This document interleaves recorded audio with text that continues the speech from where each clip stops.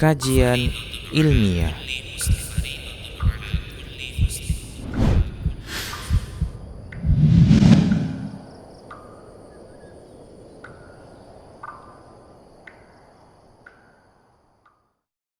Bismillahirrahmanirrahim. Assalamualaikum warahmatullahi wabarakatuh.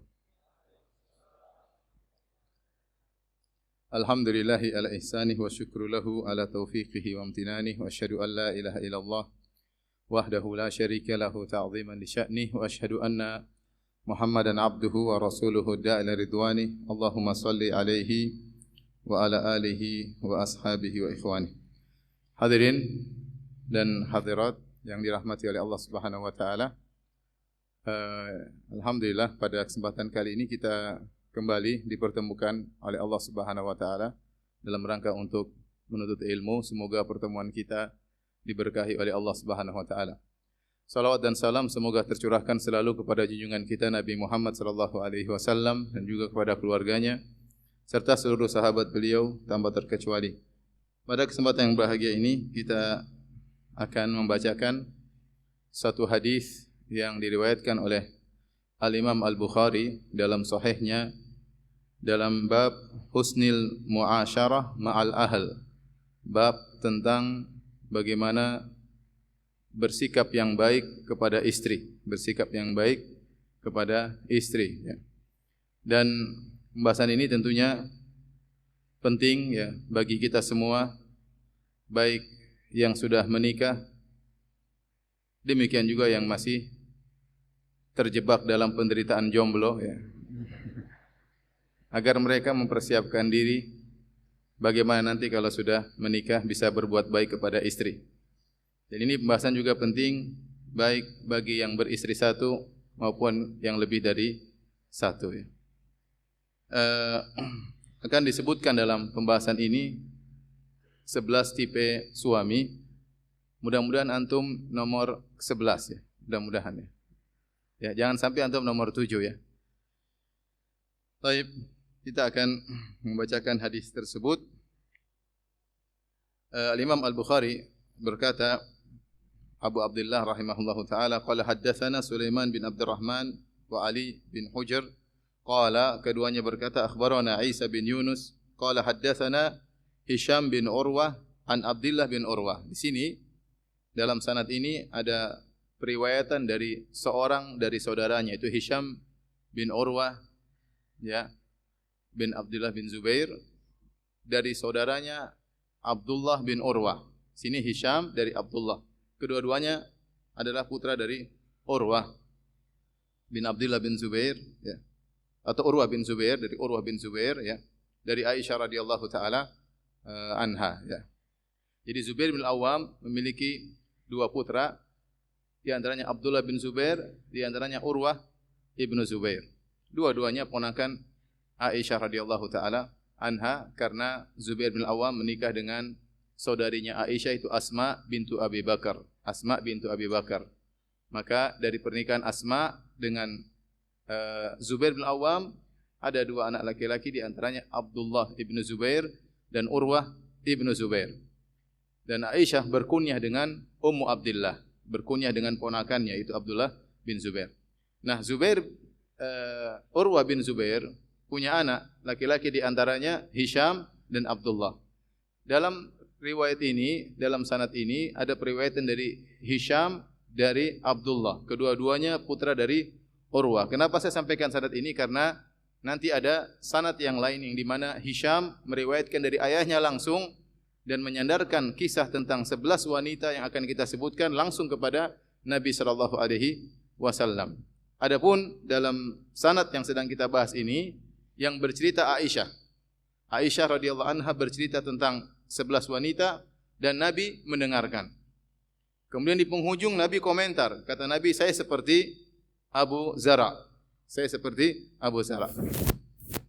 Dalam riwayat yang lain dari Hisham an Urwah, dari Hisham dari ayahnya, yang bercerita Nabi sallallahu alaihi wasallam, Nabi berkata, sungguhnya saya seperti Abu Zara.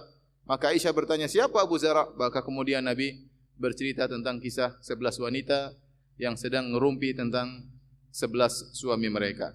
Namun Ad-Daraqutni rahimahullahu taala berpendapat yang lebih kuat adalah sanad yang dibawakan oleh Imam Al-Bukhari, yaitu dari Hisham bin Urwah, dari saudaranya Abdullah bin Urwah, dari ayah mereka Urwah bin Zubair, dari Aisyah radhiyallahu taala anha, bahwasanya apa yang akan saya bacakan ini adalah ceritanya Aisyah radhiyallahu anha kepada Nabi, dan Nabi sallallahu alaihi wasallam diam menyimak dengan baik.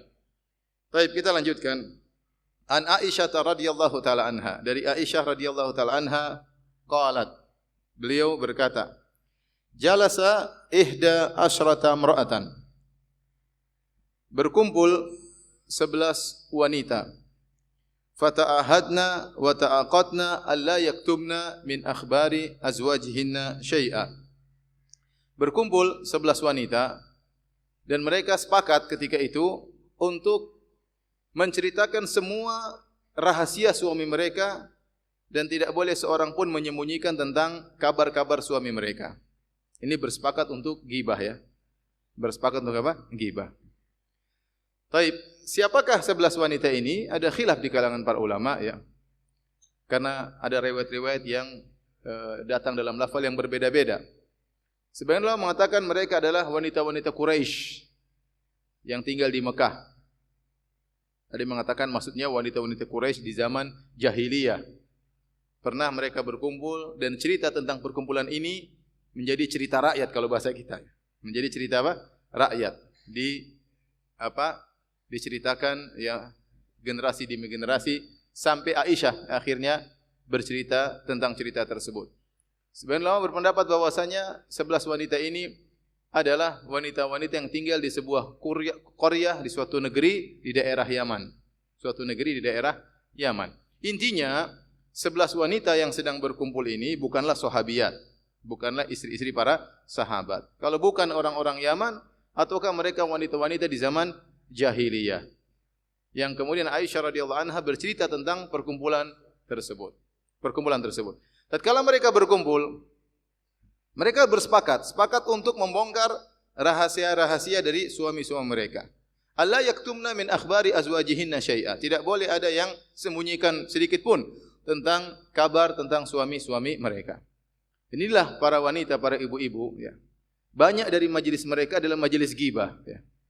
Banyak dari majelis mereka kalau mereka berkumpul adalah majelis ghibah. Terkadang mereka menceritakan ibu-ibu yang lain. Terkadang mereka menceritakan suami-suami ibu-ibu yang lain. Terkadang mereka bercerita tentang suami-suami mereka sendiri. Terkadang mereka bercerita tentang siapa? Tentang ustadz ya. Jadi hati-hati para ibu-ibu, jangan sampai perkumpulan ibu-ibu kalau ngobrol jangan sampai terjumus dalam dosa ghibah. Bersihkan majelis dari ya dosa. Di antara dosa yang berbahaya yang diingatkan oleh Nabi sallallahu alaihi wasallam adalah tentang ghibah.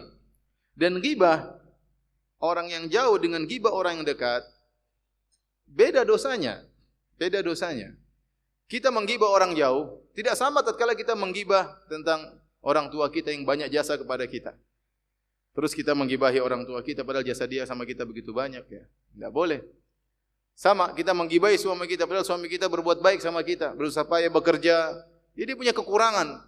Silakan diperbaiki, silakan didiskusikan untuk diperbaiki, tapi bukan sebagai bahan gibahan.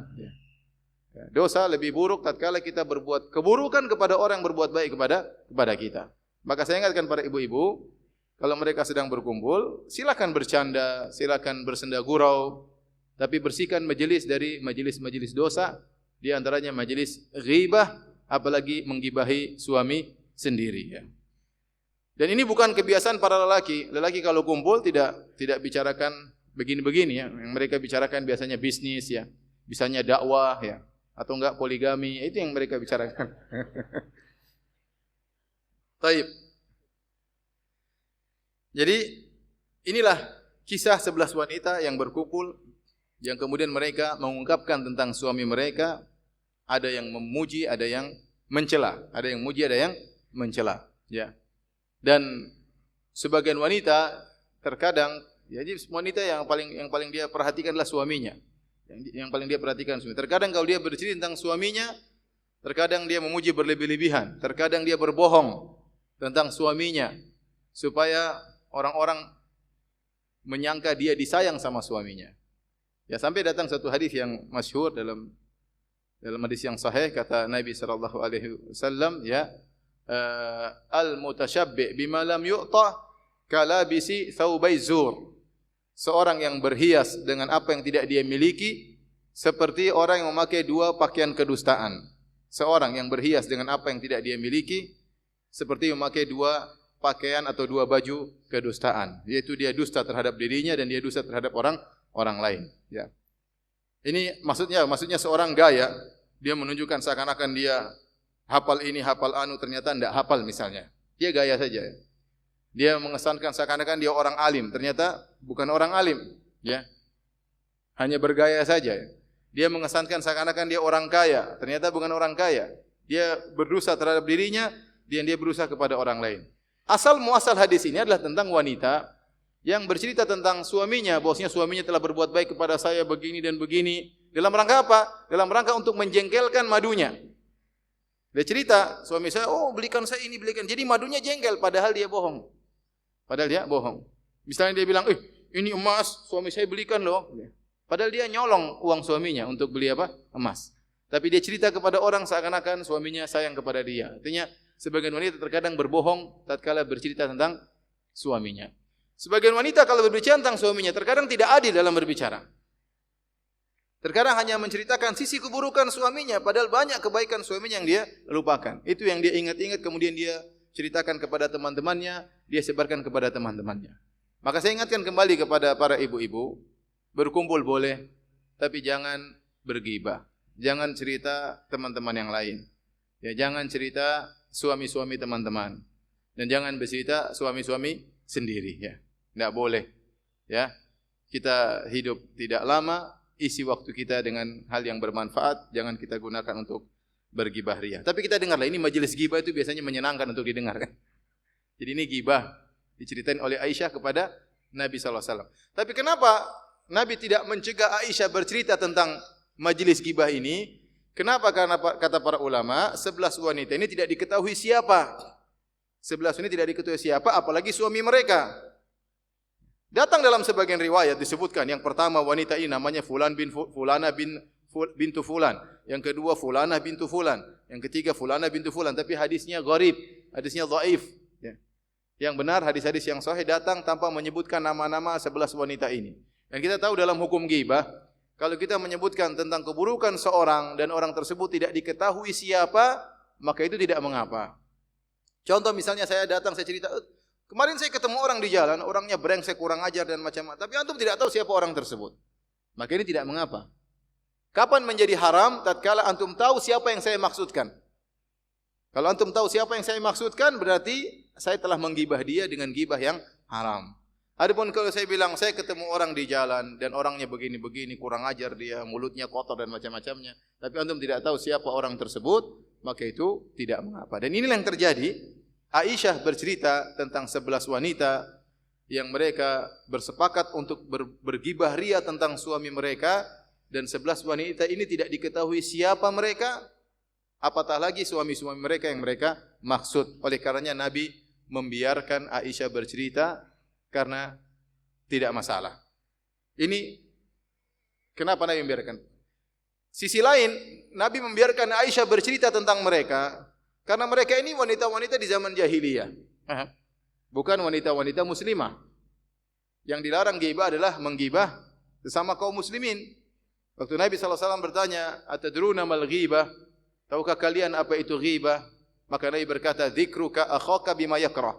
Yaitu kau bercerita tentang saudaramu, yaitu saudara sesama muslim yang dia tidak suka untuk diceritakan tentangnya.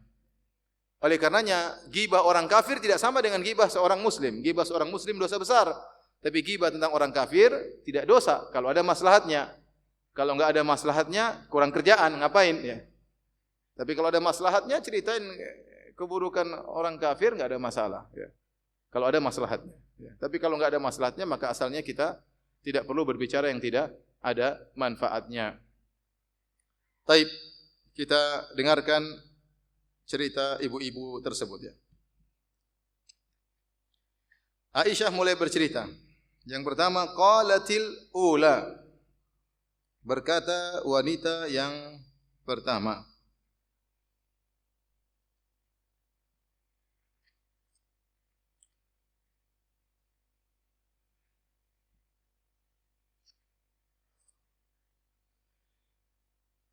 pertama berkata, "Zauji lahmu jamalin ghassin ala jabalin wa'rin la sahlin fayurtaqa wala saminin fayuntaqal."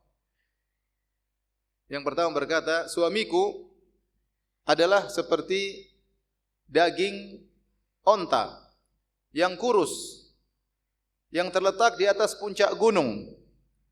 Tidak mudah gunung tersebut untuk didaki, ya. Dan kalau sudah sampai di puncak gunung, membawa turun dagingnya juga malas. Kenapa? Karena dagingnya daging kurus. Saya ulangi, kata dia, "Zauji lahmu jamalin ghassin." Sungguhnya suamiku adalah seperti daging onta yang kurus, ya.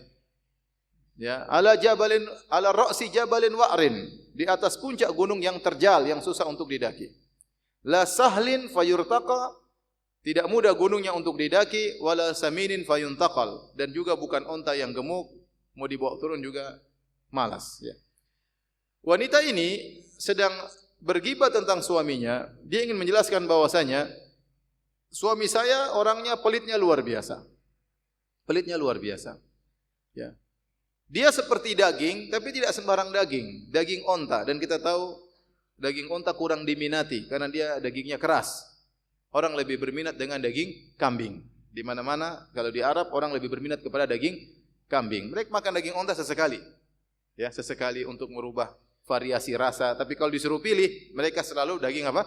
Daging kambing. Makanya acara walimah liwah selalu daging kambing. Kalau ngundang orang selalu daging kambing. Daging onta sesekali. Kenapa kurang diminati? Maka wanita ini bercerita, suami saya daging sih daging, cuma dagingnya daging apa? Onta. Alot. Keras, ya. Sudah alot, dagingnya kurus lagi. Kurus. Kalau gemuk masih mending, ya. Enak dipandang. Ini daging kurus. Sudah kurus, letaknya di atas puncak gunung. Kalau mau ngambil daging tersebut, saya harus mendaki dengan susah payah. Susah payah, berulang-ulang, terkadang jatuh, naik lagi, jatuh lagi, naik lagi, jatuh lagi. Kalau sudah tiba di atas, mau dibawa pulang ini daging, rasanya malas. Turun gunung juga repot, dagingnya pun cuma sedikit. Jadi dia bilang, suami saya ini sangat pelit. Kalau saya minta sesuatu kepada dia, tidak gampang dia kasih. Harus saya rayu, saya rayu. Mungkin ngomongnya seminggu, 2 minggu belum dikasih juga. Ngomongnya sebulan, berulang-ulang. Sampai akhirnya dia kasih, setelah dia kasih pun cuma sedikit. Ya, 100.000 misalnya, atau 10.000. Sudah rayuannya sampai sebulan ternyata cuma dikasih 100.000. Gampangannya kira-kira demikian. Dan ini adalah contoh dari suami yang buruk, yang pelit kepada istrinya. Saya ingatkan kepada diri saya pribadi dan juga kepada para ikhwan, para suami, para calon suami, para jomblo, ya. Hendaknya bertakwa kepada Allah tatkala bermuamalah dengan istri. Jangan pernah pelit sama istri. Ya. Jangan pernah pelit sama istri. Sungguhnya uang yang kita keluarkan buat istri semuanya berpahala di sisi Allah Subhanahu wa taala. Apa kata Nabi sallallahu alaihi wasallam? Lasta tunfiqu nafaqatan tabtaghi biha wajha Allah illa ujirta 'alaiha hatta luqmata taj'aluha fi fimra'atik. Kata Nabi sallallahu alaihi wasallam, tidaklah engkau menginfakkan nafkah apapun, mengeluarkan harta apapun kau harapkan wajah Allah kecuali kau dapat pahala. Sampai suapan yang kau suapkan ke mulut istrimu. Ya. Kita suapin nasi ke mulut istri kita, kita dapat pahala. Bahkan kata para ulama, ya, seorang suami tatkala sedang menyuapkan nasi ke mulut istrinya, dia sedang berada dalam puncak-puncak kemesraan. Yang bisa jadi dia tidak berfikir tentang akhirat. Kita bisa renungkanlah diri kita. Kapan antum suapin istri? Kalau antum lagi suapin istri berarti lagi senang-senangnya. Karena kita jarang suapin istri. Coba antum kapan terakhir suapin istri? Oh, belum punya istri. Ya, antum kapan terakhir suapin istri? Jarang kita suapin istri. Ya. Kalau kita lagi suapin istri, berarti kita lagi senang-senangnya, lagi mesra-mesranya. Mungkin enggak mikir akhirat. Tetapi kata Nabi SAW, kalau itu dia niatkan karena Allah, maka dapat apa? Pahala. Subhanallah. Dalam kemesraannya, dia dapat pahala. Ya, bahkan lebih daripada itu kata Nabi, wa fi buti ahadikum sadaqah. Engkau menggauli istrimu dapat pahala. Demikian juga Nabi SAW ingatkan, kata Nabi SAW, dinarun anfaqtahu fi sabilillah wa dinarun anfaqtahu fi raqabah. Satu keping dinar yang kau infakkan di jalan Allah. Satu keping dinar yang kau infakkan untuk budak. Wa dinarun tasaddaqta bihi ala miskinin. Satu keping dinar yang kau infakkan untuk orang miskin. Wa dinarun anfaqtahu ala ahlik, dan satu keping dinar yang kau infakkan untuk istrimu.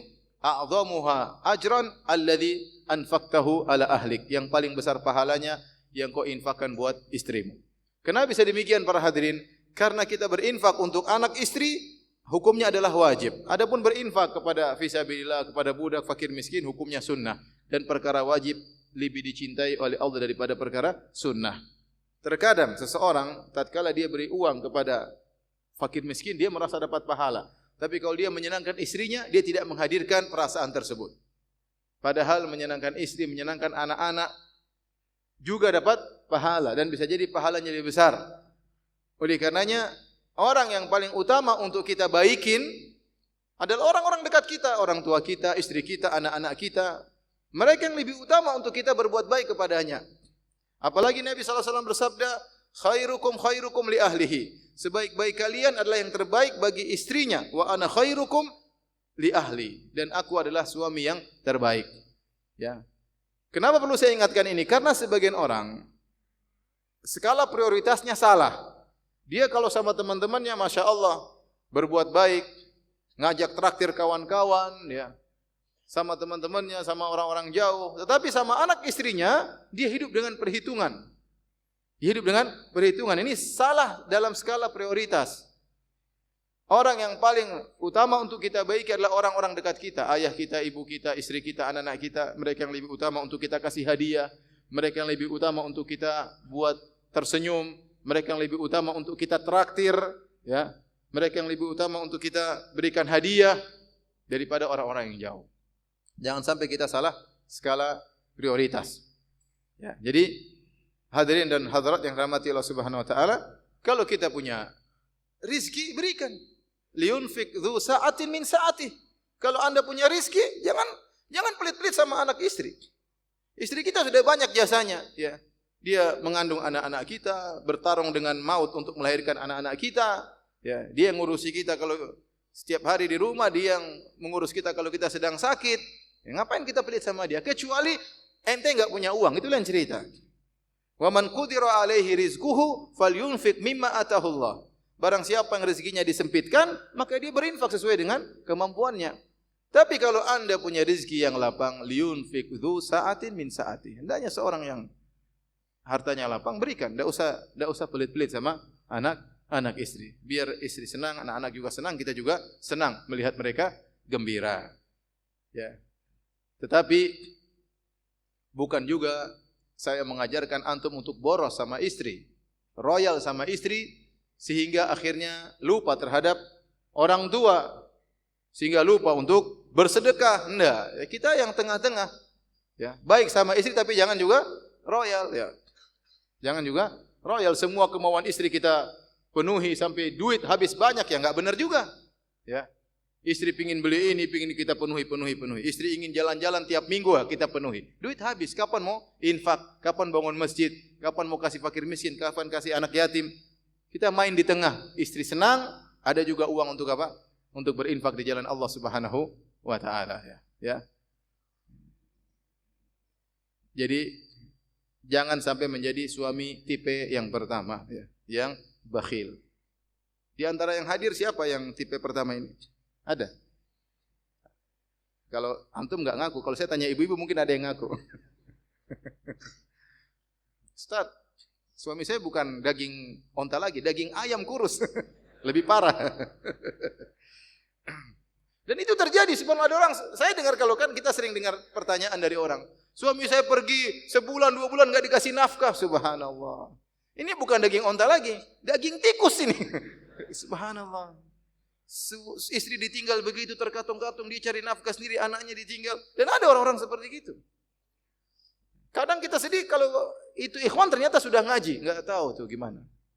Otaknya taruh di mana saya enggak tahu ya. Masa istri dibiarkan begitu saja suruh cari nafkah sendiri? Baik, kita selesai daripada suami yang pertama. Kita lanjutkan. Yang kedua,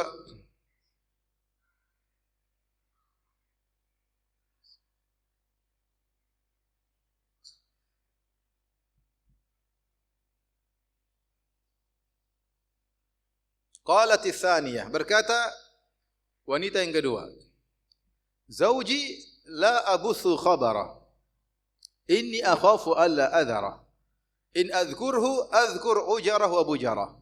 Apa artinya dia mengatakan yang kedua ini menyelisih janji.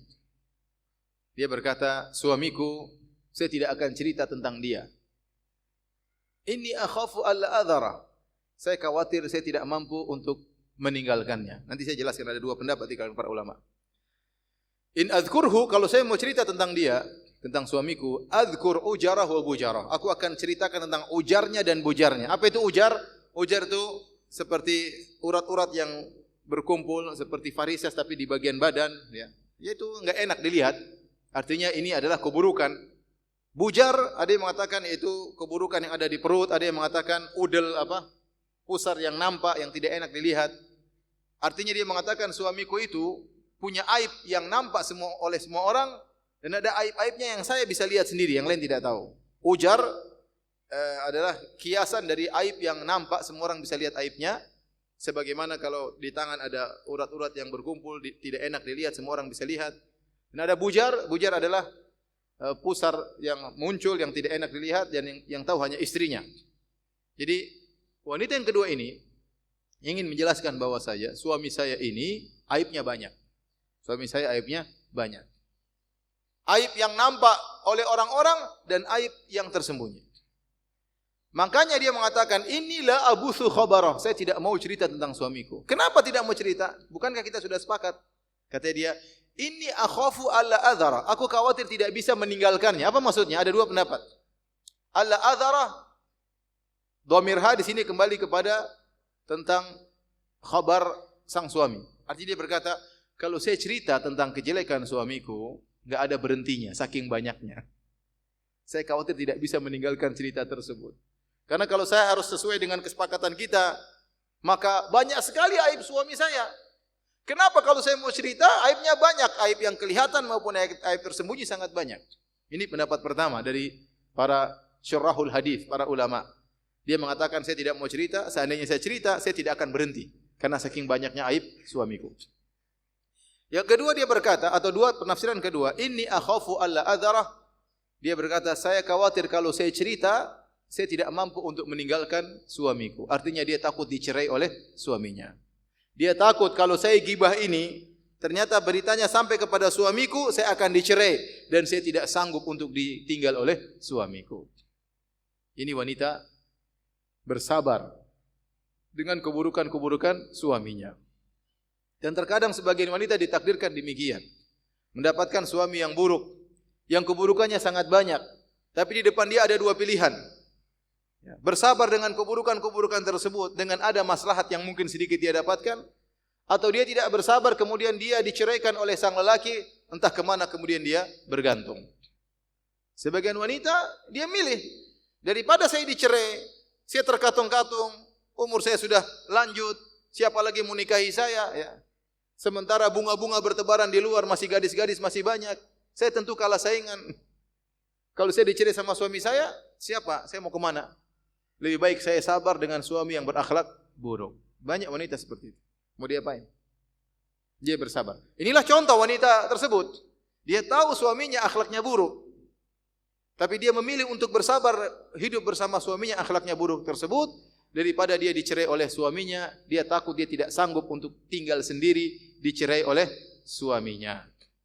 Jadi wanita ini menyelisihi kesepakatan. Ya. Semuanya sepakat untuk bergibah ria, dia bilang enggak. Dia cuma gibah secara global. Gibahnya secara apa? Global, tidak terperinci. Pokoknya suami saya buruk, titik, selesai. Mau cerita? Banyak. Saya enggak mau cerita, kepanjangan ceritanya. Sudah, lanjut. Istri yang ketiga, wanita yang ketiga. Kita lanjutkan. Yang ketiga sama, dia pun sedang mengeluhkan tentang suaminya. Dia berkata, "Zauji al-ashannaq." Suamiku adalah seorang yang kurus tinggi. In antik utallaq. Kalau saya ngomong, saya dicerai. Ya. Wa in askut uallaq. Kalau saya diam, saya terkatung-katung. Saya ulangi, dia berkata wanita ketiga ini, "Zauji al-ashannaq." Suamiku si kurus itu, si kurus jangkung. In antik utallaq. Kalau saya ngomong, saya dicerai. Wa in askut uallaq. Kalau saya diam saja, maka saya akan terkatung-katung. Apa maksudnya? Kebanyakan syurahul hadis, kebanyakan ulama tatkala mensyarah hadis ini, mereka berkata maksudnya wanita ini sedang mencela terhadap suaminya yang hanya oke dalam penampilan.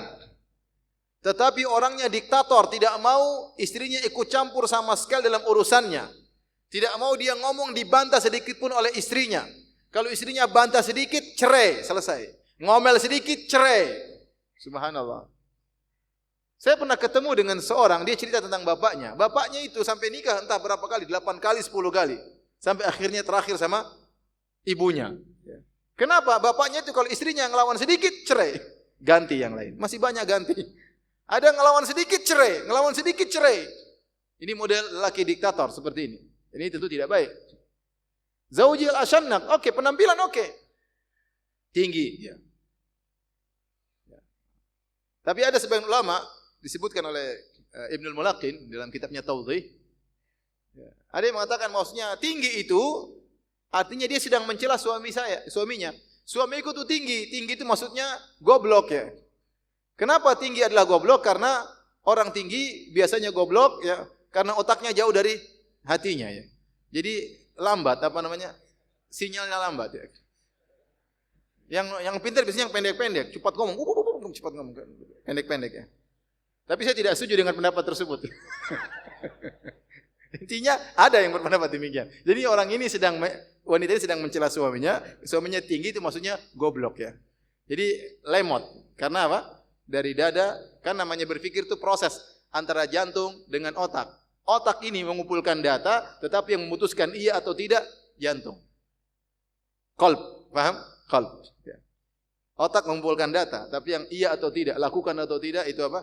Dada. Nah, tatkala dada jauh dari otak, nah ini lambat, jadi lemot, jadi bahlul ya. Tetapi ini tidak benar ya. Memang kita dapati banyak orang pintar pendek-pendek memang ya. Tapi tidak mesti ada juga yang tinggi-tinggi yang pintar-pintar. Baik. Saya lebih condong pada pendapat suami saya orangnya oke, penampilan oke, kurus, jangkung, disenangi oleh para wanita, tetapi akhlaknya kurang ajar. Tidak mau dikomentari sama sekali. Dia benar-benar penguasa di rumahnya. Istrinya ngomong sedikit, cerai. Maka dia mengatakan, in antik utallak. Kalau saya ngomong, cerai. In askut, saya diam aja, uallak, saya terkatung-katung. Banyak hak saya tidak dia penuhi. Banyak hak saya tidak dia penuhi. Sudah, mau diapain? Dan inilah contoh yang buruk. Ikhwan dan akhwat yang dirahmati oleh Allah Subhanahu wa taala, terutama para ikhwan. Kita hidup berumah tangga, ya. Kita sedang membina ya surga di rumah ya. Maka kehidupan tersebut hendaknya ya sinergi antara kita dengan istri, ngobrol ya. Kadang-kadang ada permasalahan kita boleh sampaikan kepada istri kita, siapa tahu dia punya ada masukan. Ada hal-hal yang mungkin tidak bisa kita pandang, istri kita bisa mandang. Pandangan dia lebih jauh daripada kita. Ya. Saya berbicara tentang diri saya ya. Ya, mungkin saya sudah belajar S3, tapi kadang-kadang ada masalah yang saya tidak bisa mandang dengan jeli, istri saya lebih mandang lebih jeli. Tidak semua perkara, tapi ada perkara-perkara seperti itu. Ada perkara-perkara yang menurut saya harus diskusikan sama istri saya untuk mengambil keputusan. Ada perkara-perkara yang saya jalan sendiri. Ya. Oleh karenanya, lihatlah Nabi SAW. Apa yang kurang dari Nabi SAW? Orang paling cerdas, orang paling bijak, orang paling berakhlak mulia, orang paling hebat, paling mulia. Tetapi tetap dia diskusi sama istrinya. Tambah lagi. tapi tetap dia diskusi sama istrinya. Bahkan dalam kondisi sangat genting, seperti kisah yang masyhur tentang perjanjian Al-Hudaybiyah. Kisahnya sederhana, secara ringkasnya, waktu Nabi SAW bermimpi berumrah, tawaf di Ka'bah, maka Nabi mengajak para sahabat untuk umrah. Kemudian Nabi mengajak sekitar dalam riwayat 1.300 orang, dalam riwayat 1.400 orang, dalam riwayat 1.500 orang. Maka mereka berangkatlah dari Madinah menuju Mekah. Kita tahu Madinah sampai Mekah, ya, jaraknya 500 km kurang lebih. Kurang lebih 500 km. Kemudian tatkala mereka sudah mau sampai ke Ka'bah, tinggal 20 kilo lagi dari Ka'bah, yaitu di Hudaybiyah. Hudaybiyah itu tanah halal yang terjauh, sekitar 20 kilo. Artinya sudah menempuh 480 kilo untuk umroh. Tinggal 20 kilo lagi ternyata dihadang oleh orang kafir Quraisy. Akhirnya orang kafir Quraisy mengatakan, intinya akhirnya terjadilah perjanjian Hudaybiyah, di mana dalam perjanjian tersebut Nabi tanda tangan atau Nabi setuju bahwasanya Nabi dan para sahabat radhiyallahu taala anhum harus membatalkan umrah mereka dan menunda tahun depan. Di sinilah waktu Nabi tekan kontrak, istilah kita, para sahabat tidak setuju. Di antara yang tidak setuju Umar. Maka Umar berkata, "Ya Rasulullah, alaysa qatlana fil jannah wa qatlahum fin nar?" Ya Rasulullah, bukankah kalau kita meninggal perang dengan mereka kita masuk surga? Kalau mereka mampus mereka masuk neraka? Kata Nabi, iya. Kata Umar, "Falima nu'ti daniyata fi dinina?" Ngapain kita mengalah? Kita perang aja Rasulullah. Para sahabat tidak mau berhenti. Nabi mengatakan, "Sudahlah, cukur rambut kalian, potong kambing-kambing kalian, onta-onta kalian. Kita bertahalul karena kita batalin umrah kita." Para sahabat tidak mau. Kenapa mereka tidak mau? Bukan mereka membangkang kepada Nabi, kata para ulama, para sahabat berharap Nabi berubah pikiran. Ya, para sahabat berharap Nabi berubah pikiran. Ini masih dirundingkan lagi. Akhirnya Nabi masuk ke dalam kemah dalam kondisi bersedih. Dilihat oleh istrinya yang mulia, Ummu Salamah Ummul Mukminin radhiyallahu taala anha. Maka ada apa? Nabi cerita. Nabi curhat sama Ummu Salamah. Begini. Ummu Salamah kasih ide. Begini ya Rasulullah, Anda keluar, tidak usah ngomong sama siapapun. Keluar terus panggil tukang cukur Anda, cukur kepala Anda dan sembelih onta Anda. Tidak usah ngomong sama siapapun. Nabi jalankan. Langsung Nabi keluar. Para sahabat masih gelisah-gelisah. Nabi cukur rambut. Kalau Nabi sudah botak gimana lagi? Terus Nabi potong ontanya, selesai semua sahabat akhirnya nurut ya. Berarti keputusan tidak bisa berubah. Tapi yang kasih ide siapa? Ummu Salamah.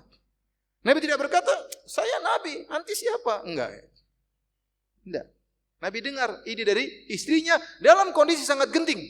Ya kalau masuk akal kita terima, kalau enggak ya kita diskusi, enggak ada masalah.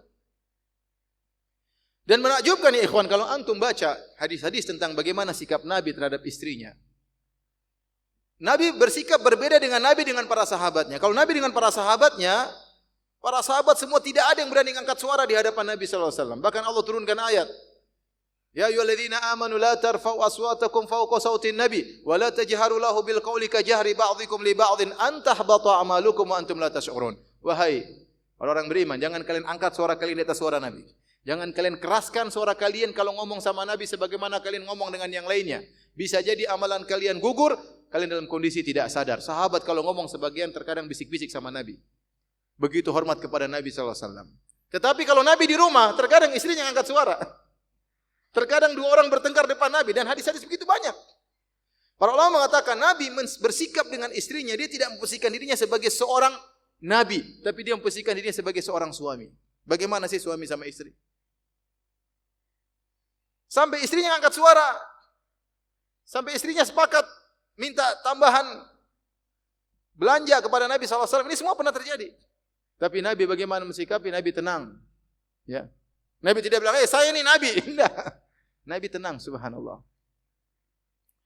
Kalau Nabi saja yang super mulia, super cerdas, super pintar, super bijak, ya, ternyata sama istrinya dia terkadang diskusi, mendengar masukan dari istrinya, bagaimana lagi dengan kita? Ya, bagaimana lagi dengan kita? Oleh karena tidak ada salahnya kita ngobrol dengan istri, ada masalah-masalah, terutama masalah keluarga, dan terkadang kita ngalah sama istri. Terutama dalam hal-hal yang berkaitan dalam rumah. Saya sering sampaikan hal ini. Kalau misalnya kita bangun rumah, terus kita diskusi sama istri. Sayang, ini rumah cat apa? Istri bilang merah jambu. Hitam aja sayang ya, hitam. Nggak usah kita debat, hitam. Kalau enggak kamu saya cerai. Ngapain? Warna merah jambu biarin aja. Yang sering di rumah siapa? Istri kita. Kita kan sering di luar ya. Gak usah kita debat-debat seperti itu. Masalah sofa letaknya di mana, tempat tidur posisinya di mana. Ya sudah biaran. Kita kadang ngalah. Ini urusan apa? Urusan perempuan. Ada hal yang kita diskusikan, ada hal kita benar-benar mengalah ya. Ada hal yang terkadang kita harus tegas. Maka seorang harus pandai berhadapan dengan istrinya. Jangan dia seperti lelaki ini, suami yang ketiga, al-ashannaq, yang angkuh, kemudian diktator, tidak mau dengar masukan istrinya sama sekali. Taib. Kita lanjutkan. Yang keempat.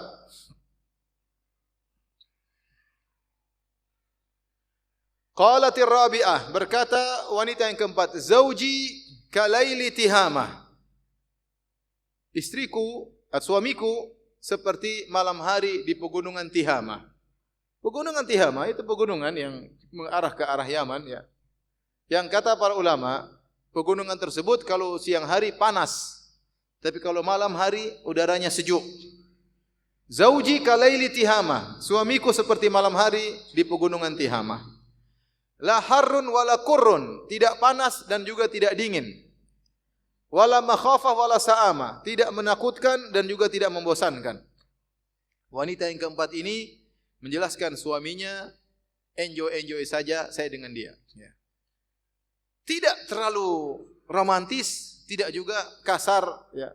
Tidak dingin, tidak juga panas, ya. Sedang-sedang saja. Seperti malam hari di pegunungan Tihamah. Tidak menakutkan, tidak membosankan. Artinya dia puji, ya suami saya okelah, saya hidup sama dia. Memang benar, dia tidak seperti yang diceritakan, begitu sayang, lembut, peluk, beri macam-macam. Enggak, suami saya enggak seperti itu. Biasa-biasa aja. Tapi bukan berarti dia cuek sama saya. Bukan berarti dia tidak pernah diajak jalan-jalan. Bukan berarti tidak pernah diajak ngomong. Suami saya sedang-sedang saja. Ada suami yang Masya Allah sama istrinya. Ya benar-benar tidak mau pisah sama istrinya. Bahkan kalau istrinya meninggal, dia tidak mau kawin lagi. Ada yang seperti itu. Ada ya. Benar-benar sayang semuanya istrinya. Tidak bisa safar kecuali sama istrinya. Tidak bisa makan kecuali sama istrinya. Ada yang seperti itu. Benar-benar cinta sama istrinya. Benar-benar romantis berlebihan ya. Ada yang cuek. Istrinya mau apa, cuek. Dia enggak peduli. Ya. Tapi ada yang model tengah-tengah. Seperti model suami yang keempat. La harrun wala kurrun. Tidak panas tapi juga tidak dingin. Tetapi tidak la makhafah wala sa'amah. Tidak membosankan dan juga tidak menakutkan. Dan saya rasa ada wanita-wanita yang mengalami demikian. Ya. Suaminya biasa-biasa saja, tapi okelah saya hidup menjalani rumah tangga dengan dia. Ya. Mungkin saya dengar sebagian ibu-ibu suaminya perhatian luar biasa. Suami saya enggak gitu. Di lain sisi saya dengar juga sebagian ibu-ibu yang istrinya terbengkalai, ditinggalkan. Suami saya tidak begitu. Tidak seperti ini, tidak seperti ini. Sedang-sedang aja, biasa-biasa saja. Enjoy hidup dengan dia. Taib. Ini suami yang keempat. Kita lanjutkan wanita yang kelima.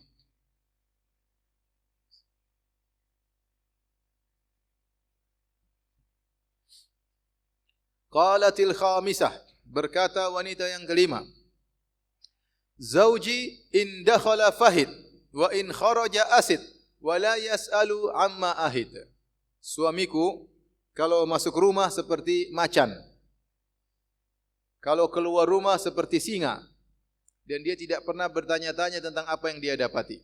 Dia tidak pernah bertanya-tanya tentang apa yang dia dapati. Saya ulangi, kata wanita yang kelima, zauji in dakhala fahid wa in kharaja asid wa la yas'alu amma ahid. Suamiku kalau masuk rumah seperti macan, kalau keluar rumah seperti singa, dan dia tidak pernah bertanya tentang apa yang dia dapati. Apa maksudnya? Kebanyakan para ulama mengatakan wanita ini sedang memuji suaminya. Apa pujiannya? Dia berkata, suamiku kalau masuk rumah seperti macan. Macan itu sifatnya apa? Macan itu suka tidur. Macan suka tidur. Kalau tidur ada yang mengatakan sehari tidur 18 sampai 20 jam. Makanya kata orang jangan bangunkan macan yang sedang tidur. Kenapa? Karena dia hobinya apa? Tidur. Kalau dia masuk rumah, dia seperti macan. Maksudnya apa? Dia tuh cuek-cuek, tidak terlalu peduli tentang kesalahan-kesalahan yang ada di rumah. Makanya sering dikatakan wala yasalu amma ahid. Dia tidak bertanya tentang apa yang dia dapatkan. Tidak sedikit-sedikit tanya, ini kenapa beras kurang? Ini kenapa piring kurang satu? Ini kenapa, itu kenapa, ini kenapa? Suami saya tidak seperti itu. Dan kita juga harusnya demikian. Tidak semua permasalahan kita permasalahkan. Permasalahan kecil-kecil ngapain kita permasalahkan? Nanti jadi besar. Istri kurang gini, kurang. Ya namanya wanita tidak ada yang sempurna. Kita pun tidak sempurna. Istri kita juga sempurna. Rumah kita tidak sempurna. Ternyata terkadang kita menuntut berlebihan. Sementara kita tidak menyediakan sarana dan prasarana. Ya. Ingin rumah bersih terus. Padahal anak ada 7. Pembantu enggak ada. Gimana istri mau rumah bersih terus? Ya. Ingin istri cantik terus. Tiap tahun hamil. Gimana cantik terus? Uang ke salon enggak ada. Mau istrinya cantik. Lihat istri orang tidak bisa tundukkan pandangan. Lihat istri sendiri enggak enak dilihat. Mau istrinya cantik, enggak ada uang buat ke salon. Mas, kamu mau saya cantik? Iya dong, kamu harusnya bisa berias. Ya udah Mas, minta uang ke salon. Mas, kau naah, Mas enggak apa-apa. Kamu begitu aja enggak apa-apa. Mas cinta sama kamu. Padahal pelit ya. Oleh karenanya, jadilah antum seperti macan ya. Jadi kita lihat sesuatu tapi kita jangan semuanya diurusin, jangan. Ada hal yang kita uruskan, kebanyakan kita cuekin. Perkara-perkara kecil ya udah, jangan terlalu diuruskan seperti macan yang sering tidur. Bukan berarti dia tidak tahu, dia tahu tapi dia cuekin. Sebenarnya mengatakan dia memuji Zauji indah khala fahid, suamiku kalau masuk seperti macan, maksudnya suamiku suka sekali berhubungan biologis dengan dia. Seperti macan yang suka menerkam. Sedikit-sedikit menerkam, sedikit-sedikit menerkam. Bahkan sebagian ulama mengatakan sering menerkam tanpa dikasihkan mukaddimah, tanpa pembukaan, tanpa rayuan, tahu-tahu nerkam-nerkam saja. Dan itu model macan.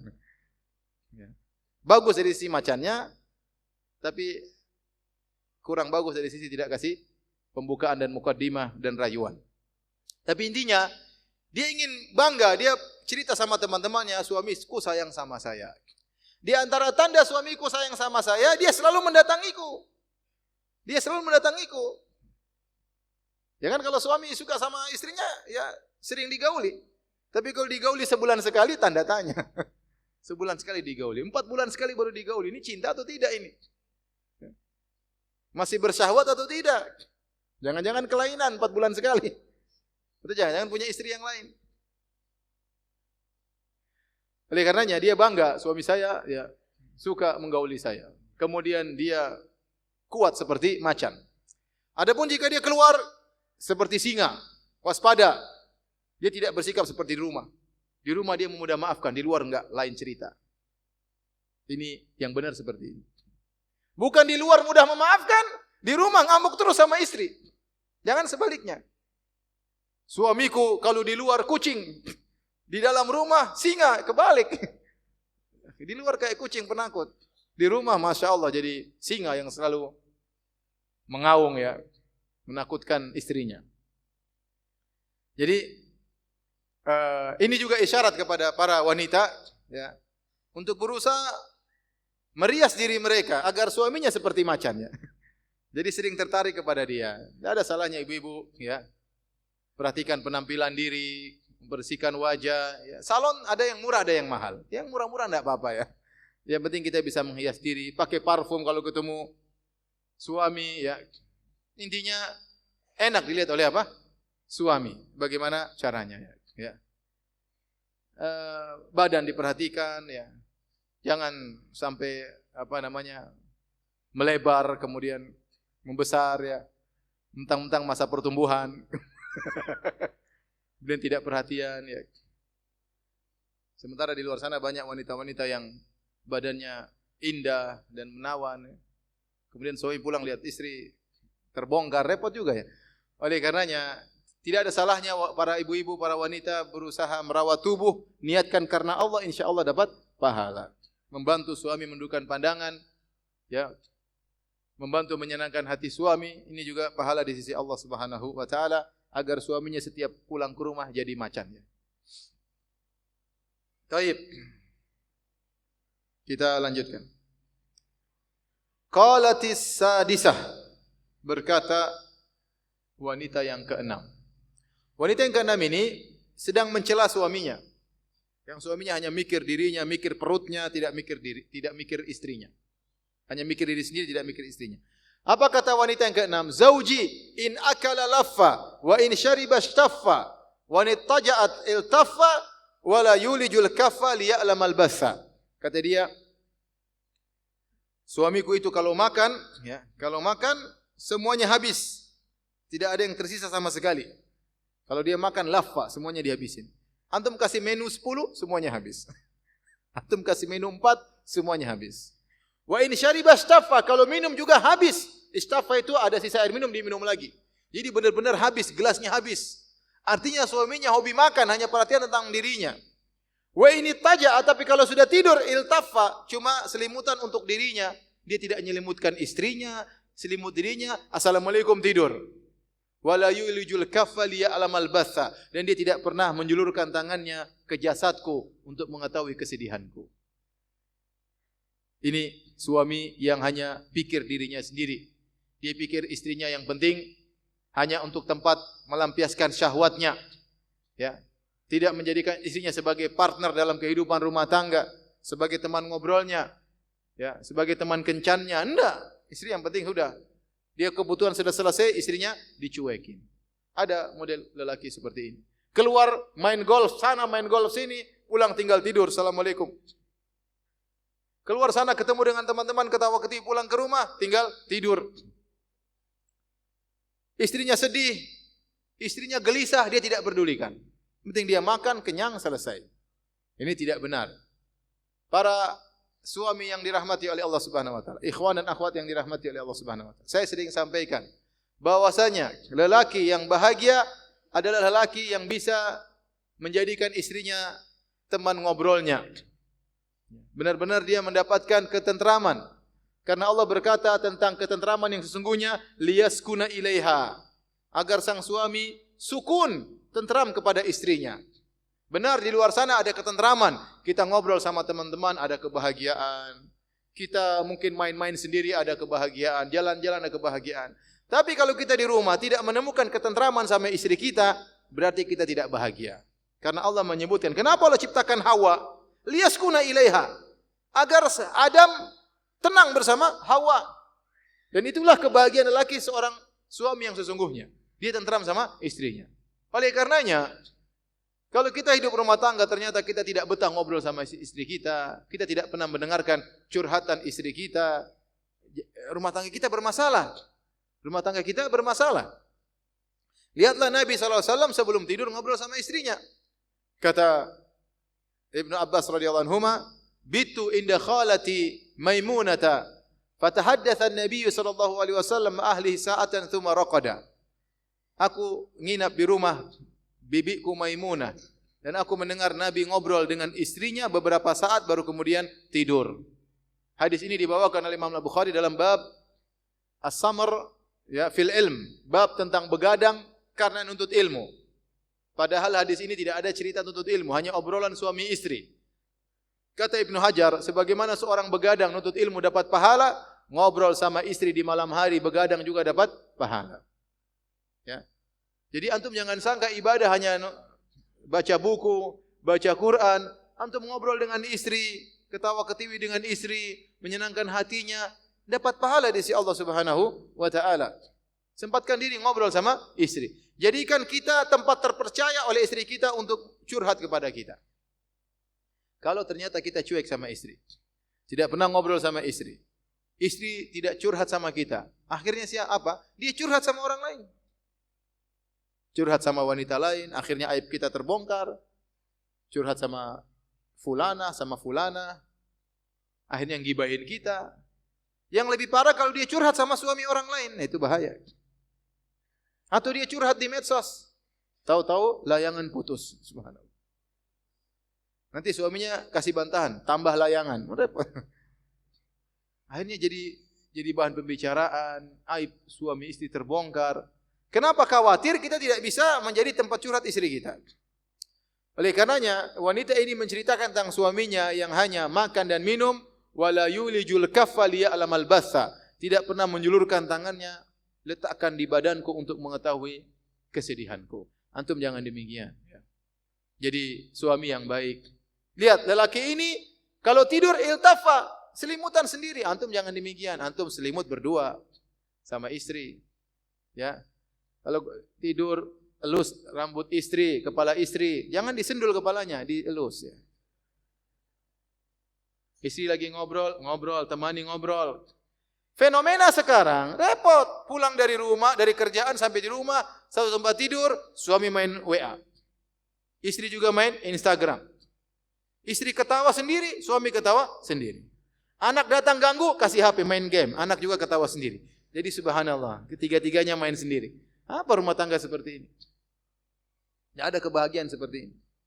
Ya, ada saatnya ente main HP, ada saatnya ente berhenti, simpan, sudah selesai. Ngobrol sama istri 10 menit, 15 menit, tidur baru. Situ kebahagiaan. Ngobrol ya. Cari topik-topik yang menyenangkan. Tidak usah berbicara yang aneh-aneh ya. Istriku, gimana politik hari ini? Ngapain ente bicara politik? Ya. Sayang, sebenarnya kamu nomor 1 atau nomor 2 sayang? Ngapain? Ribut sendiri di kamar. Ngapain sudah bicara yang nyambung ya? Saya juga nggak pernah pulang ke rumah, saya bilang istriku, hadisnya tadi riwayat Hisham dari siapa? Ini dhaif, ini ngapain saya bicara hadis sama istri saya. Istriku tadi ada firqah sesat, kesesatannya begitu, ngapain? Saya bicara yang tentang anak-anak, tentang rumah, tentang program apa, yang bisa nyambung antara kita dengan istri kita. Nikmati hidup. Kalau kita ternyata tidak bisa nyambung sama istri kita, ketahuilah kita sedang menderita. Kita sedang menderita. Makanya antum sekarang lihat diri antum. Antum ini kalau sama istri betah atau tidak betah? Kalau antum enggak betah, berarti antum sedang menderita. Perbaiki tata cara ya pola hidup rumah tangga antum. Ya. Saya kalau ngobrol sama istri enggak nyambung. Saya lucu, dia enggak ketawa. Ente mungkin ngelucunya terlalu tinggi. Lucu yang rendah-rendah aja. Istri enggak paham mau diapain. Oleh karenanya, ya, hidup rumah tangga dinikmati. Jadikan istri teman ngobrol, teman jalan bareng. Kalau bisa jalan bareng. Lihat Nabi SAW setiap safar bawa istrinya atau tidak? Bawa istrinya. Bahkan kalau mau, ya, pasti bawa istrinya. Kemudian Nabi bikin undian. Yang keluar nama ikut. Kalau antum kan gak usah pakai undian. Sudah itu aja dibawa terus. Kalau Nabi istrinya banyak, undian yang keluar ikut. Tapi Nabi bawa istrinya. Kenapa? Nabi butuh teman dalam perjalanan. Nabi enjoy dengan kehidupan dia sallallahu alaihi wasallam. Ya. Oleh karenanya seorang berusaha ya, perhatian sama istrinya. Apa susahnya ikhwan? Antum mau tidur kasih selimut sama istri. Apa usahanya antum cium keningnya? Apa usahanya antum mau keluar rumah antum dia antar kemudian antum cium keningnya, dia cium tangan antum. Apa susahnya? Ya, saya pernah saya jalan kaki pagi-pagi. Lewat depan rumah orang, tahu-tahu ada lelaki perempuan, bukan orang ngaji, orang biasa, orang awam. Subhanallah, istrinya ngantar sampai di pagar luar. Kemudian istrinya cium tangan suaminya. Masya Allah. Ini orang, Masya Allah. Dia mungkin gak pernah ngaji, tapi dia bisa menjalankan sunnah-sunnah Nabi SAW. Ya harusnya antum yang tahu sunnah, harusnya lebih pandai dalam hal ini. Ya. Lihat Nabi SAW, kalau mau ke masjid dalam Sunan Abi Daud, sebelum keluar ke masjid, cium istrinya. Antum kapan terakhir cium istri sebelum ke masjid? Minggu pertama pernikahan. Ya akhi, kalau bicara syirik sangar, bicara bid'ah sangar, jalankan sunnah, memble. Bagi para hadirin Allah Subhanahu itu kan untuk kebahagiaan kita. Jadi apa susahnya ya kita kalau tidur selimut berdua ya kita peluk istri kita, apa susah? Jangan seperti laki-laki ini. Wa idza taja'a iltaffa. Kalau dia tidur selimutnya buat dia sendiri. Istrinya tidak dia pedulikan. Sudah tidur belum? Tidak dia pedulikan. Jangan seperti itu ya. Jadi sebelum tidur ngobrol dulu, ngobrol. Biar istri mungkin ada curhat, ada masalah tetangga, masalah keluarganya, masalah teman-temannya. Kita dengarkan, kita kasih solusi, kita dengarkan ya. Tapi kalau lama-lama kita sudah saya udah malam, setengah jam sudah, saya mau tidur ya. Enggak apa-apa. Kalau enggak nanti kita enggak bisa bangun subuh, kita enggak bisa bangun malam, kita enggak bisa kerja besok karena ngobrol sampai jam 2 misalnya. Taib. Kita masuk yang Yang ketujuh. Ketujuh ini adalah yang paling parah dari semuanya. Ya. Mudah-mudahan bukan antum ya. Perhatikan. Qalatis sabi'ah, berkata yang ketujuh.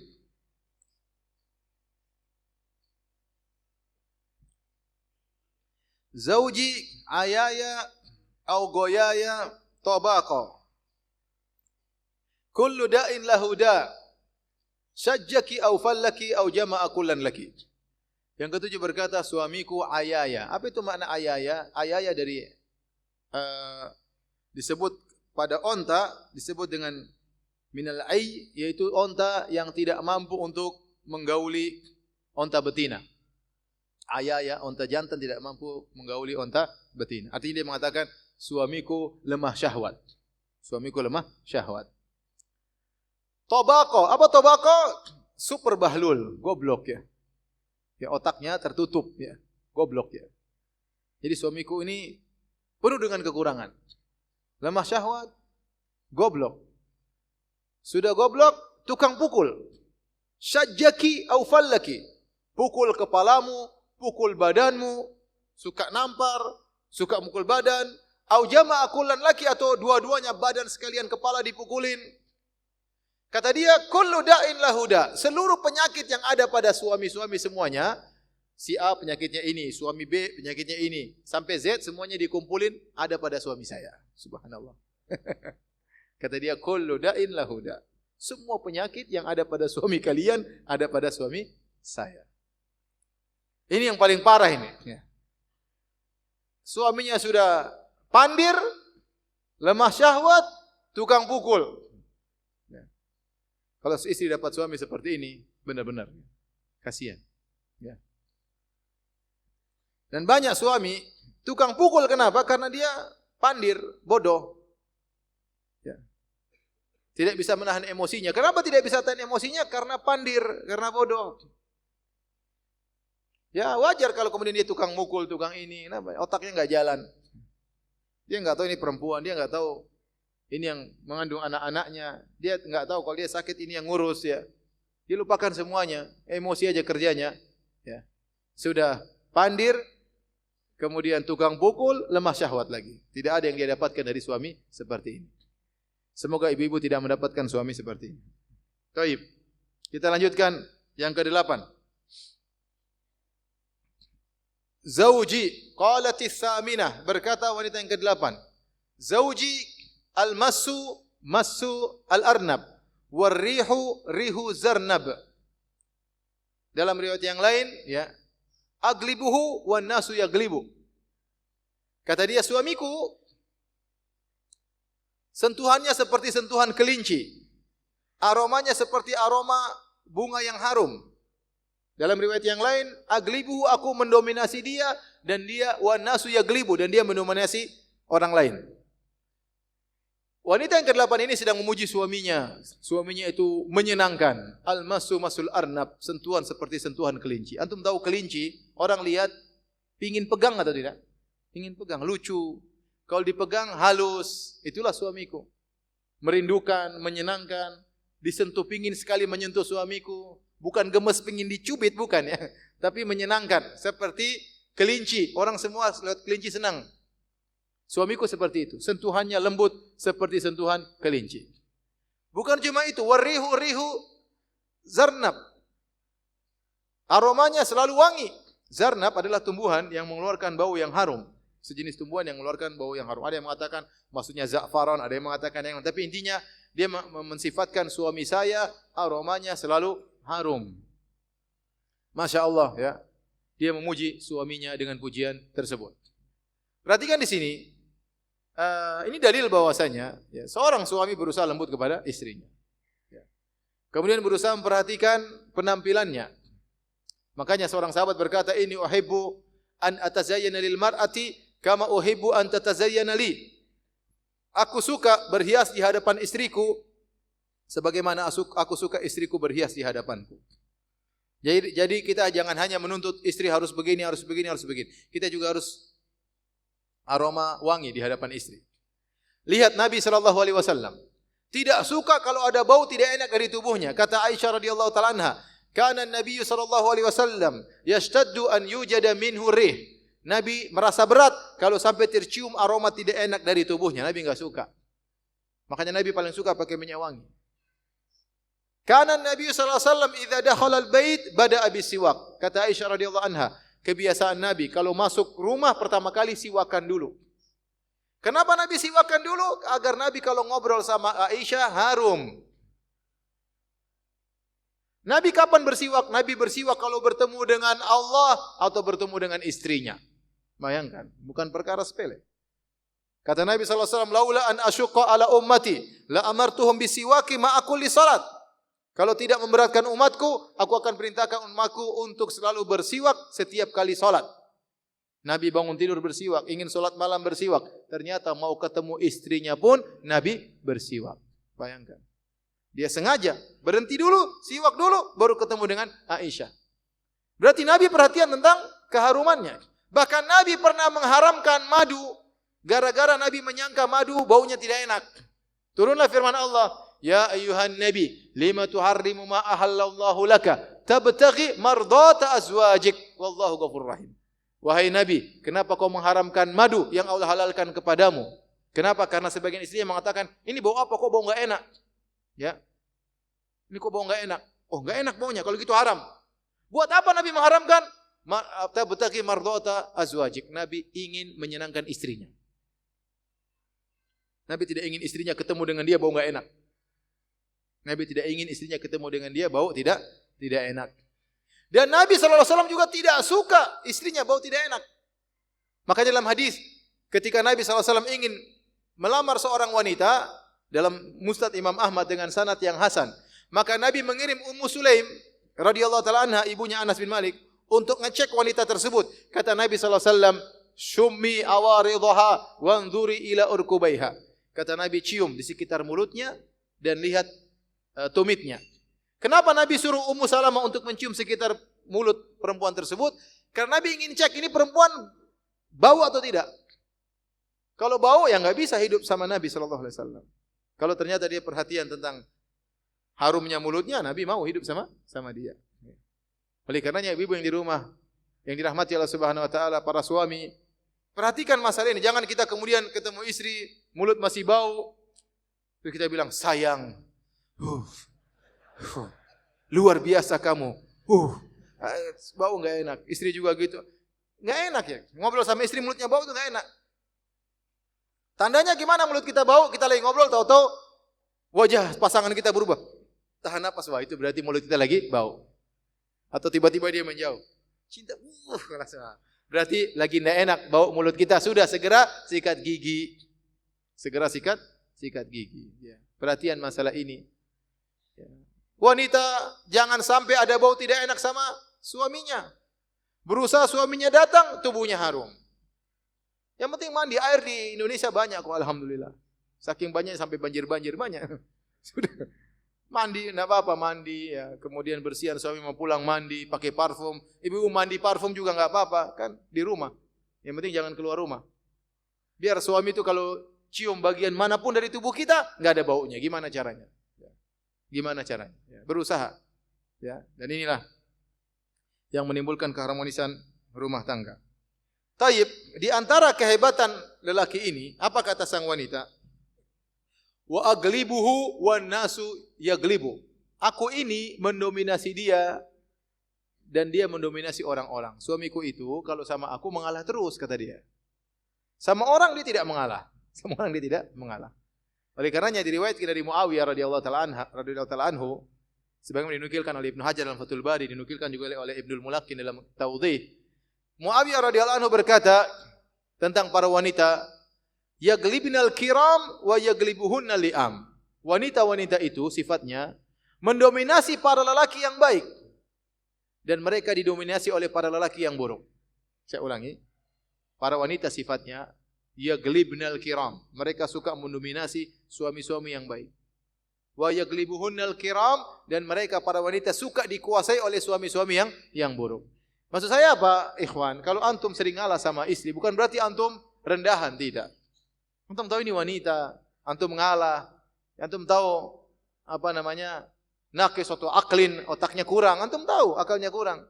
Antum tahu dia bengkok. Ya, kata Nabi sallallahu alaihi wasallam, "Istausu bin nisa'i khairan fa innahunna khuliqna sungguhnya wanita diciptakan dari apa? Tulang rusuk. Ya. Minadh dhila wa inna awajja syai'in fi dhila a'lahu. Dan yang paling miring, yang paling bengkok dari tulang rusuk adalah bagian atas. Tulang rusuk kan semakin di atas semakin bengkok, semakin di bawah semakin melebar. Semakin di atas dia semakin bengkok. Kata Nabi SAW, berbuat baiklah kepada wanita. Artinya apa? Sering kasih uzur kepada mereka. Kenapa? Karena mereka bengkok. Dan diciptakan dari tulang rusuk yang bengkok. Dan yang paling bengkok kata Nabi bagian atas. Banyak para ulama mengatakan maksudnya mulut perempuan yang paling bengkok. Maka antum sabar kalau sama wanita. Baik, hadirin dan hadirat yang Allah Subhanahu wa taala. Jadi kita dalam kehidupan rumah tangga sering-seringlah ngalah sama apa? Istri ya. Memahami kekurangan mereka. Nabi sudah kabarkan istausu bin nisa'i khaira. Hendaknya kalian saling berwasiat, saling mengingatkan untuk berbuat baik kepada istri ya. Bahkan sebagian ulama mengatakan istausu bin nisa'i khairan, artinya saling mengingatkan. Kalau kita ketemu kita para suami, kamu sudah baik sama istrimu belum? Sudah belikan emas belum? Ingatkan. Ya. Karena fa innal mar'ata khuliqat min dhila. Ya. Dalam riwayat fa innahunna khuliqna min dhila, karena wanita diciptakan dari tulang rusuk. Tulang rusuk itu bengkok. Maka jangan pernah berharap wanita itu lurus, karena mereka pasti bengkok. Kalau mereka bengkok, ya antum sabar. Jangan antum bilang dasar bengkok, enggak. Memang benar kata Nabi. Memang anti itu bengkok. Bukan begitu. Nabi sampaikan hadis ini bukan untuk mencela wanita. Nabi sampaikan Nabi perempuan itu dari tulang rusuk bengkok untuk dikasih uzur. Paham? Oleh karenanya kalau antum ngalah bukan berarti antum lemah ya, bukan berarti antum rendah. Ya selama antum mengalah karena Allah Subhanahu wa taala. Kita laki-laki mau tampar wanita gampang. Kita laki-laki mau ceraikan gampang, tapi kita enggak. Kita berusaha bersikap dengan mereka dengan penuh kelembutan karena apa? Karena Allah Subhanahu wa taala. Nabi yang suruh. Apalagi Muawiyah tadi berkata, wanita itu menguasai laki-laki yang baik. Ya, kalau antum dikuasai, oke saja ya. Tapi jangan sampai dikuasai segala hal ya. Oleh karenanya wanita ini berkata, ana aglibuhu, saya menguasai suamiku, wa nasu yaglibu, adapun dia menguasai orang-orang di luar ya. Tadi saya sudah sampaikan Nabi SAW bersikap dengan istri-istrinya subhanallah dengan penuh kelembutan, terkadang istrinya sebagian yang angkat suara. Dan Nabi SAW tidak mengatakan saya Nabi, saya orang paling mulia. Tidak, Nabi menjikapi seakan-akan dia seorang apa? Suami. Sebagai seorang suami. Baik. Kita lanjutkan. Yang keberapa sekarang? 9. Qalatit tasi'ah. Berkata wanita yang ke-9. Zauji rafi'ul imad. Suamiku tiang rumahnya tinggi. Rafi'ul imad. Tawilun nijat. Tali pedangnya panjang atau sarung pedangnya panjang. Azimur rimat. Debu di dapurnya bertumpuk-tumpuk. Qaribul baiti minan nat, dan rumahnya dekat dengan tempat pertemuan.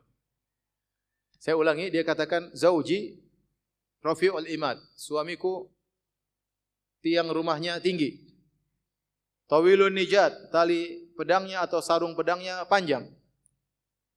Azimur rimat, debu di dapurnya banyak, bertumpuk-tumpuk. Qaribul baiti minan nat, rumahnya dekat dengan tempat pertemuan. Apa maksudnya? Wanita ini menjelaskan tentang suami yang sangat dermawan. Dia mengatakan, suamiku orang yang mulia.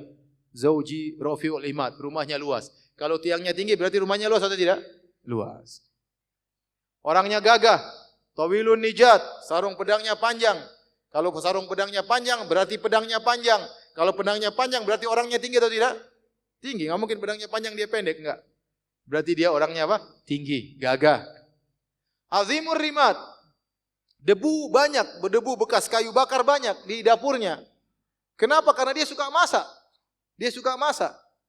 Sering undang orang makan di rumahnya. Tidak sempat bersih-bersih, debu sudah numpuk lagi. debu di dapurnya, bakar lagi, bakar kayu, banyak dimasak. Makanya dikatakan qaribun baiti minan nat, rumahnya dekat dengan tempat pertemuan, artinya orang-orang sering ke rumahnya. Orang-orang ada masalah datang ke dia, rumahnya sering jadi tempat pertemuan. Itulah suamiku, disenangi oleh masyarakat sekitar. Dijadikan tempat rujukan kalau ada permasalahan. Rumahnya terbuka, dan dia sering mengundang orang untuk makan di rumahnya, sehingga debu di dapur bertumpuk terus. Sebagian ulama mengatakan maksudnya azimur rimat, debunya banyak di dapurnya. Kenapa? Karena bahkan di malam hari, saking baiknya suamiku, dia bakar kayu di luar rumah. Supaya kalau ada orang-orang yang sedang berjalan, kelaparan di tengah malam, mampir di rumahnya. Kayunya, apinya enggak pernah mati bahkan di malam hari. Kenapa? Supaya orang lagi musafir, mampir ke rumahnya makan. Subhanallah. Ini kebiasaan orang-orang Arab terdahulu. Sampai diriwayatkan, dikisahkan dari Hatim At-Tai, bapaknya Adi bin Hatim At-Tai, saking baiknya, kalau di musim malam, musim dingin, dia suruh budaknya nyalakan api. Kamu nyalakan api. Siapa tahu ada orang dalam perjalanan kelaparan di malam hari, biar dia mampir makan. Kalau dia sampai datang ada tamu ke sini, makan gara-gara kamu nyalakan api, kamu merdeka. Subhanallah. Saking baiknya. Jadi demikianlah suami wanita ke-9 ini. Dan kita sebagai istri, kalau kebetulan suami kita punya rezeki, kita dukung, jangan kita ajarin suami kita pelit. Ya. Biar kasih tamu, apa-apa kita bantu, kita dukung, ada tamu-tamu datang ke rumah, bagi-bagi makanan ke tetangga, ada orang punya masalah, kita temui. Kalau memang suami kita berkompeten untuk tersebut. Kalau memang suami kita punya harta, enggak ada masalah. Jangan kita ajarin untuk apa? Untuk pelit. Ya. Kita motivasi dia untuk bersedekah. Karena sering saya katakan, betapa besar pengaruh seorang istri terhadap suaminya. Betapa banyak suami yang jadi orang-orang yang dermawan gara-gara istrinya yang juga dermawan. Dan betapa banyak suami jadi super pelit gara-gara istrinya juga apa? Super pelit. Bahkan terkadang suami pelit kepada orang tuanya sendiri, pelit kepada ibunya, pelit kepada ayahnya. Kenapa? Istrinya yang ngajar. Istrinya yang ngajar. Oleh karenanya hati-hati ibu-ibu, jangan sampai ngajari suami apa? Pelit. Dukung suami dermawan, ibu-ibu juga dapat pahala mendukung suami untuk dermawan. Tadi yang keberapa? 9. Sekarang yang ke-10. Yang ke-10 sama. Juga suami yang sangat dermawan. Apa kata dia? Ini dia bangga sama suaminya. Dia berkata, qalatil ashira, berkata wanita yang ke-10, zauji Malik, suamiku dialah namanya Malik. Suamiku si Malik. Wa ma adraka Malik? Wa ma adraka Malik? Tahukah engkau siapa itu Malik? Siapakah itu Malik? Dan ini uslub dalam Al-Quran sering, al-qari'ah, mal-qari'ah, wa ma adraka qari'ah, diulang-ulang. Tahukah kamu al-qari'ah betul al-qari'ah? Ya. Seperti itu untuk al-haqqah mal-haqqah.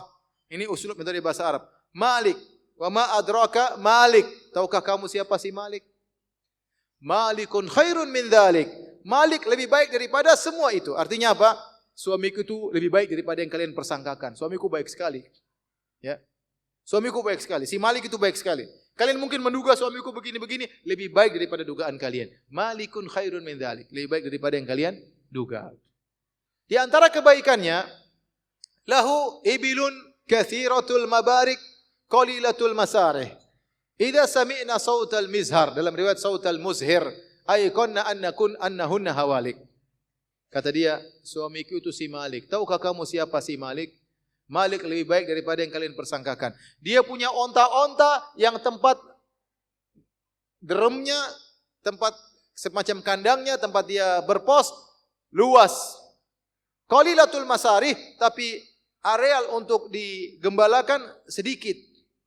Lebih banyak jumlah ontanya untuk kandang, bukan kandangnya, tapi tempat dia ngetem di situ, lebih banyak daripada tempat dia untuk digembalakan mencari rumput-rumputan.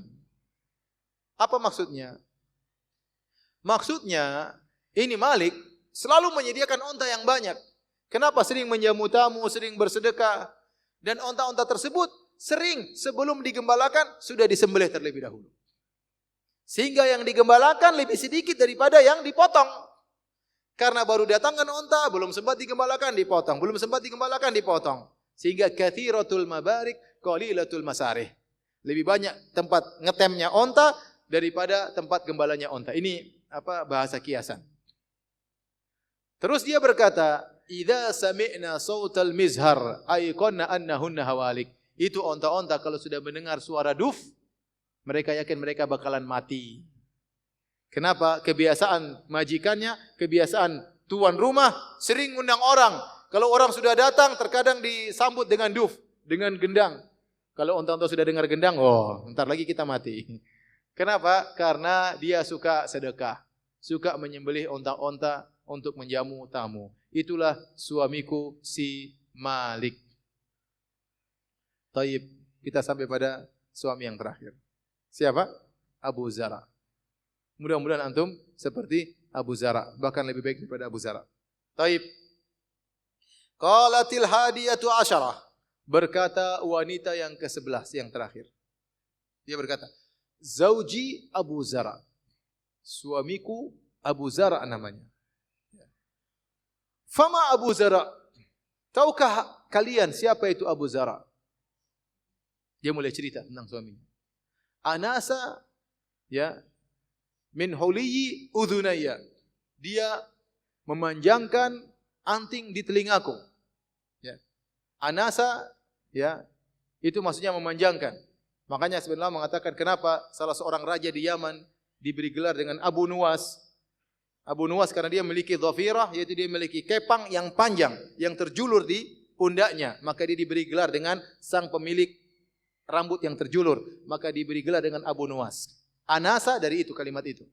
Sehingga maksudnya suamiku itu memberikan anting yang banyak sehingga anting yang besar sehingga menjulur di telingaku ke bawah. Artinya saya dikasih emas. Bukan anting kecil, anting panjang ya. Berarti antingnya tebal dan besar ya. Kemudian kata dia, wa mala'a min syahmi adudayya. Dan kemudian suamiku membuat tulang lengan atasku menjadi montok, menjadi apa? Menjadi gemuk. Maksudnya apa? Suamiku perhatian sama aku. Perhiasan dikasih, makanan dikasih. Ini mereka bercerita zaman dulu, orang susah makan. Banyak wanita yang kurus-kurus. Sehingga kalau wanita yang badannya montok, itu berarti suaminya perhatian. Makanya ibu-ibu kalau suami sudah kasih makan, ibu udah gemuk, itu bersyukur kepada Allah Subhanahu Wa Taala. Berarti suaminya apa? Perhatiannya. Tapi jangan kegemukan, itu aja ya. Taib, kata dia, wa mala amin syahmi adudayya. Dia membuat badanku menjadi padat. Menjadi padat lengan atasku. Kalau lengan atasku padat berarti badannya semuanya padat. Ya, badannya montok kalau bahasa kita ya. Badannya padat. Kemudian kata dia, wa bajjahani. Fabajihat ilayya nafsi. Dia menggembirakan aku, maka aku pun hidup dengan riang gembira. Yaitu tarrafani, dalam sebagian kata para ulama, tarrafani. Dia membuat aku hidup dalam kondisi mewah. Menyenangkan, senang, emas ada, makanan tercukupan, semuanya, pembantu ada, semuanya ada. Kemudian dia baru cerita tentang siapa Abu Zara. Dia berkata, wajadani ya fi ahli gunaimatin bishikin. Bagaimana ceritanya saya menikah dengan Abu Zara?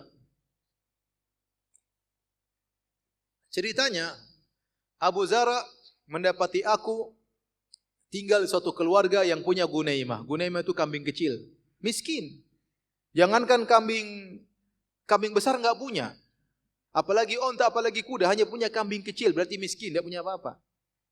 Bishikin, yang tinggal di syik, apa itu syik? Ada 3 pendapat. Ada yang mengatakan syik maksudnya suatu tempat namanya syik. Ada yang mengatakan bishikin artinya dia tinggal di jalan-jalan dekat lereng-lereng gunung. Saking miskinnya dia tinggal di situ. Ada yang mengatakan bishikin, maksudnya bishikil anfus, yaitu hidup dalam kesulitan. Artinya intinya Ummu Zara ini, wanita yang ke-11 ini, miskin. Didatangi oleh Abu Zara, dilamar oleh Abu Zara yang kaya raya, dinikahi oleh Abu Zara. Kemudian dia berkata, faja'alani fi ahli sahilin wa atitin wa da'isin wa munaq.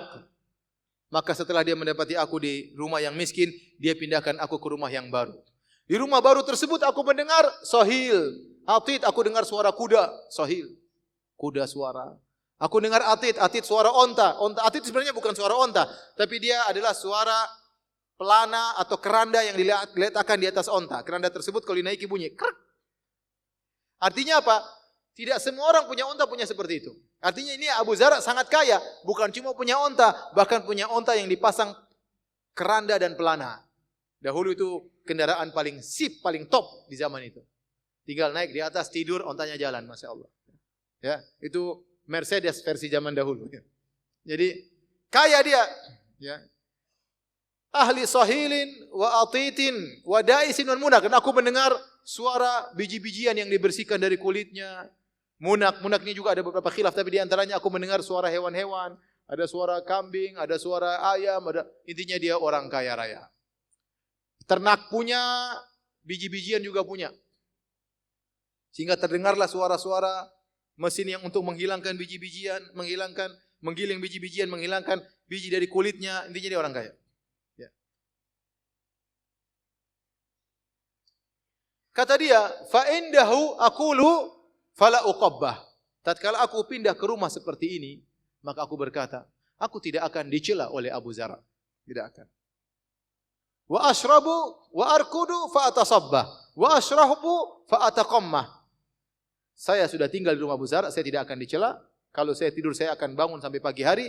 Dan kalau saya minum, saya akan puas minum saya. Maksudnya apa? Dia mengatakan hidup dengan mewah. Abu Zar baik banget, tidak pernah mencela saya. Dan kita tahu Nabi melarang seorang laki-laki, la tuqabbih, jangan kau mencela istrimu, enggak boleh. Jangan kita cela fisik istri kita, enggak boleh. Kamu dasar gembrot, enggak boleh. Pesek, enggak boleh ya. Ya. Nonong, enggak boleh ya. Apalagi berkaitan dengan kecantikannya. Sensi, perempuan enggak bisa digitukan. Antum harus bilang kamu paling cantik. Cantik sekali. Tatkala lampu mati. Tatkala lampu matinya dalam hati, jangan diungkapin. Ya. Kalau istri antum tanya, Mas, saya sama dia cantikan mana? Antum jangan bilang cantikan dia, musibah. Nanti bilang cantikan kamu. Kalau dari belakang, dalam hati. Jadi intinya para hadirin ya, wanita sensi, tidak bisa antum bicara tentang fisiknya. Yang dia andalkan kepada antum fisiknya. Maka tidak boleh, kata Nabi, tidak boleh mentakbih, mencela wanita.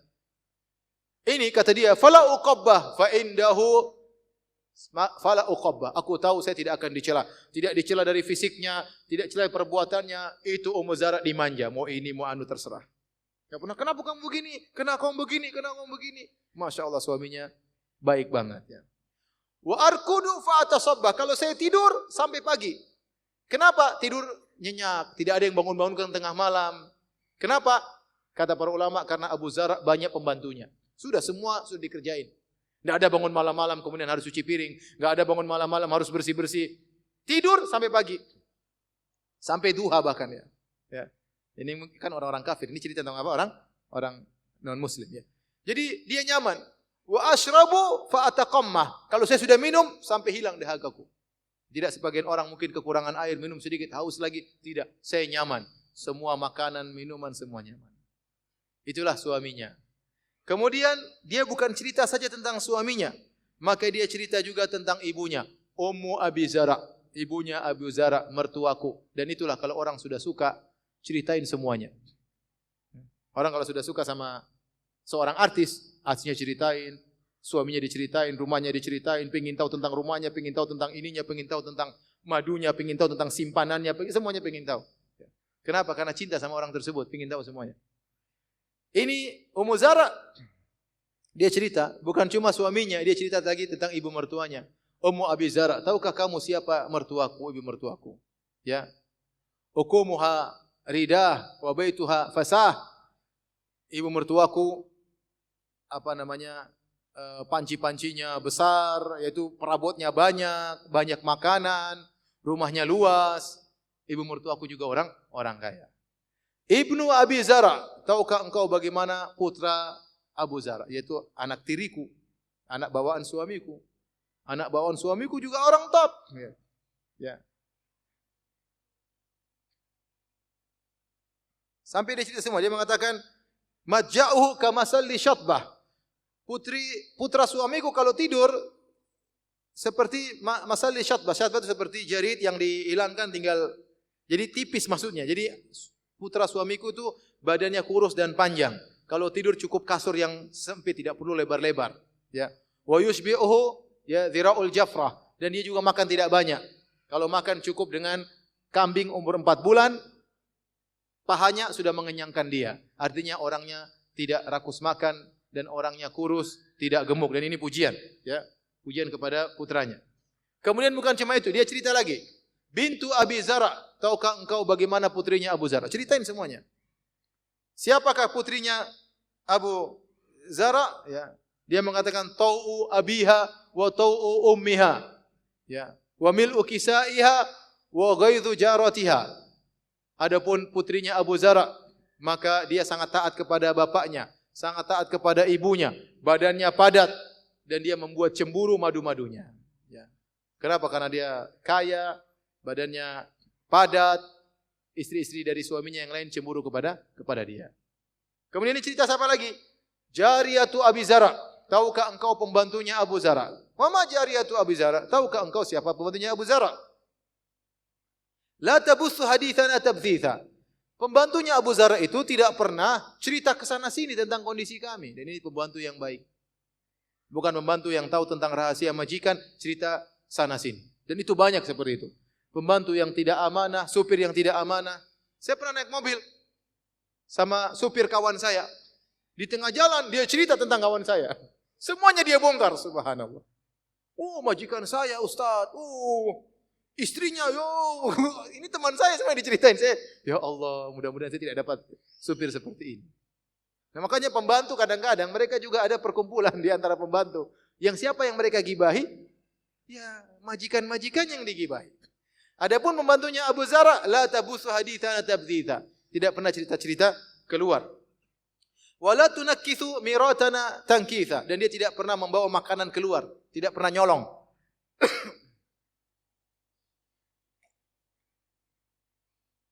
Betapa banyak pembantu yang suka nyuri, nyolong, tahu-tahu HP hilang, tahu-tahu cincin hilang, tahu-tahu uang hilang.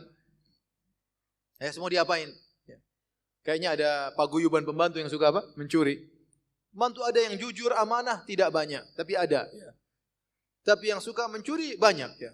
Adapun, ya, makanya bahagia kalau kita mendapati pembantu yang ternyata amanah, rajin sholat. Mungkin kerjanya enggak begitu beres, tapi kalau dia amanah, pegang itu pembantu. Ada mungkin membantu kerjaannya bersih tapi nyolong, repot. Kapan kita lengah dia ambil barang kita. Tapi pembantu ini Masya Allah dia amanah. Bahkan tidak pernah mengeluarkan makanan kasih-kasih ke orang kecuali dengan izin majikannya.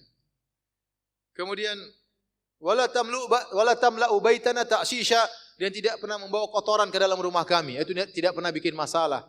Dia tidak pacaran di luar, kemudian berzina, tidak pernah bawa laki-laki ke rumahnya, ke rumah majikan, tidak pernah bikin masalah. Ini pembantunya Abu Zara. Dalam riwayat yang lain, Ummu Zara cerita, kalbu Abi Zara. Tahukah engkau bagaimana anjingnya Abu Zara? Dia cerita semuanya. Dalam riwayat yang lain, tahukah kamu bagaimana tamunya Abu Zara? Tamunya kalau datang, kenyang, ketawa ketiwi, main di sini. Semua dia ceritain. Tapi apakah dia terus bahagia? Ternyata tidak. Ternyata Ummu Zara dicerai oleh suami yang sangat dia cintai tersebut. Bagaimana kisahnya? Dia cerita. Kharaja Abu Zara, ya. Suatu hari Abu Zara keluar, wal autabu tumakhat, keluar di pagi hari. Wal autabu tumakhat maksudnya susu-susu sedang digerak-gerakkan untuk dikeluarkan yogurtnya, ya. Artinya sedang diolah dan itu dikerjakan di pagi hari. Suatu hari dia keluar di pagi hari. Keluar dari rumah. Falaqiya imra'atan ma'aha waladani laha kal fahdaini yal'abani min tahti khisriha birumanatain. Tiba-tiba di tengah jalan dia melihat seorang janda masih muda. Janda tersebut memiliki dua anak laki-laki kecil. Yang anak laki kecil dua orang itu seperti gerakannya cepat seperti macan, main-main dengan giat. Apa yang mereka mainkan? Mereka sedang main buah delima, dua buah delima mereka lempar-lemparkan di bawah pinggang ibunya. Jadi ibunya sedang tidur terlentang, paham? Di bawah pinggangnya ada lubang. Kenapa? Mohon maaf karena bokongnya besar. Jadi bokongnya besar ada rongga.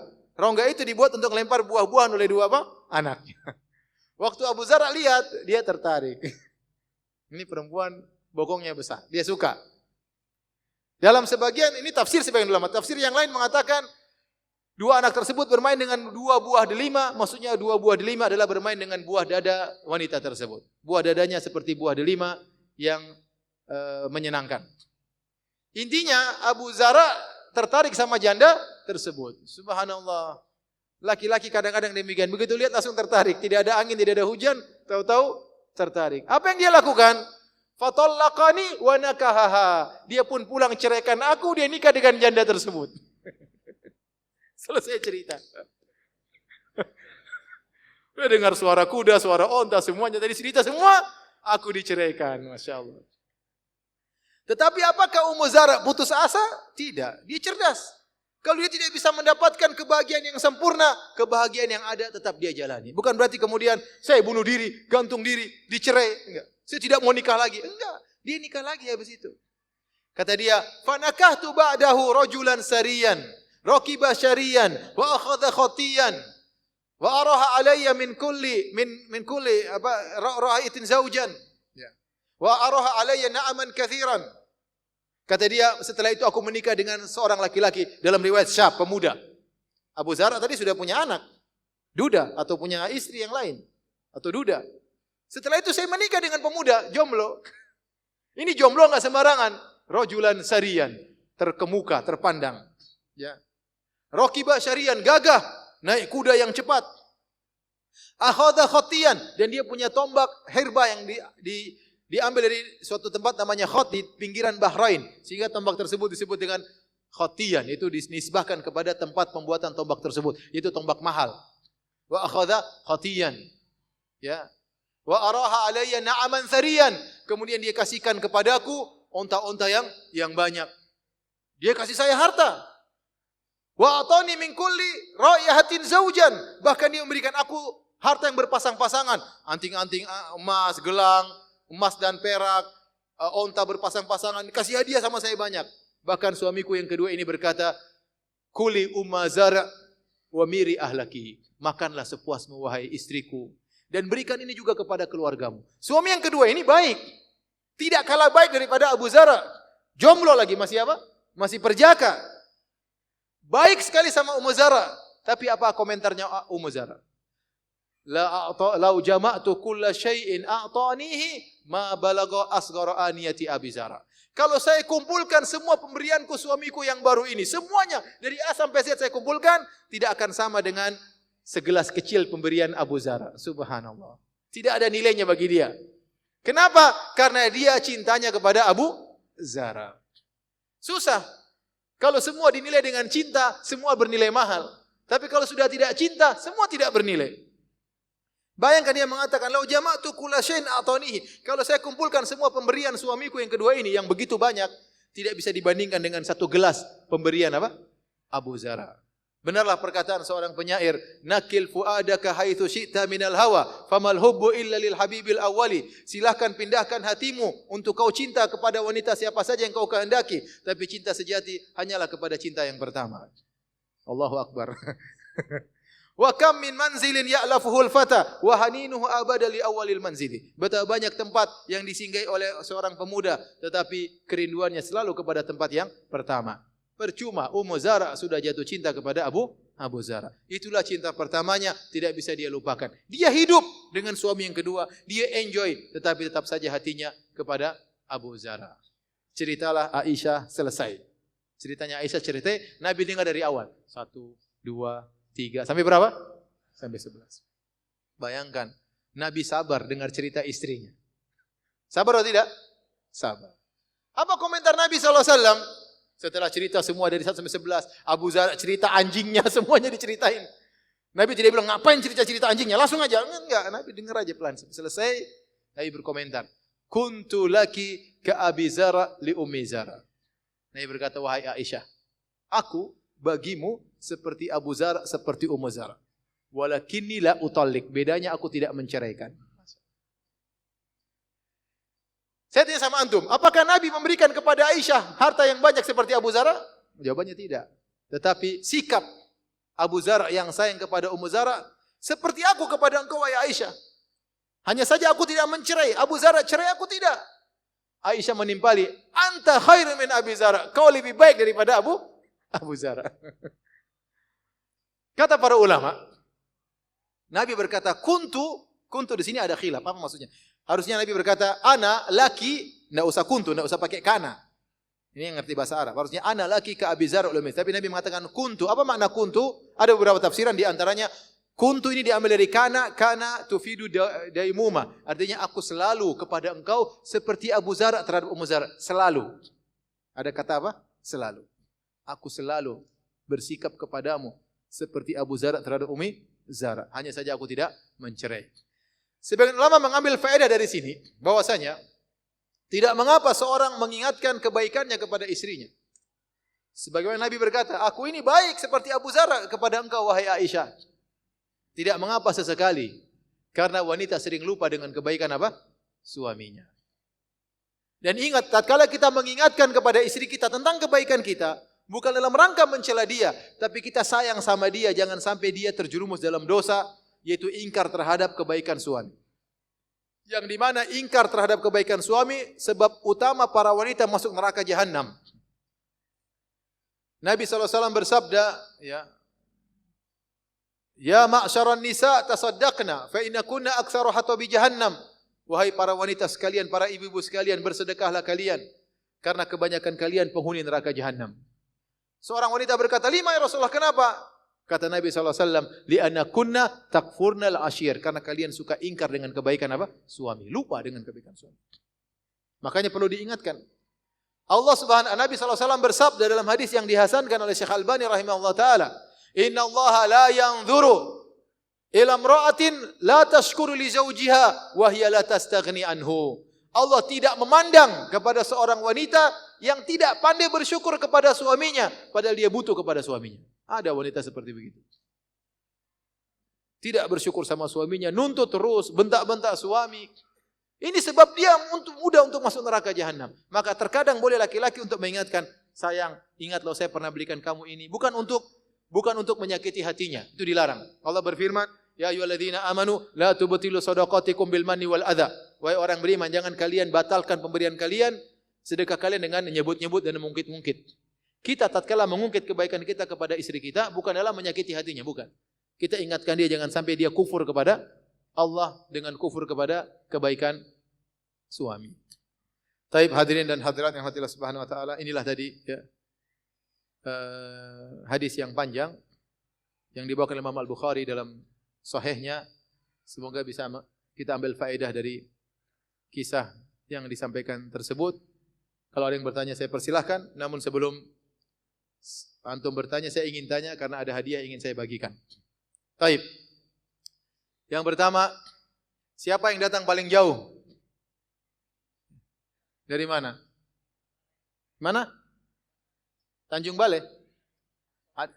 Ada yang lebih jauh? Aceh? Aceh? Ada yang lebih jauh dari Aceh? Bagan Batu. Mana lebih jauh, Bagan Batu atau Aceh? Aceh. Dari Padang sama Aceh jauh mana? Jauh Padang? Masya Allah, ini Padang satu buat Aceh.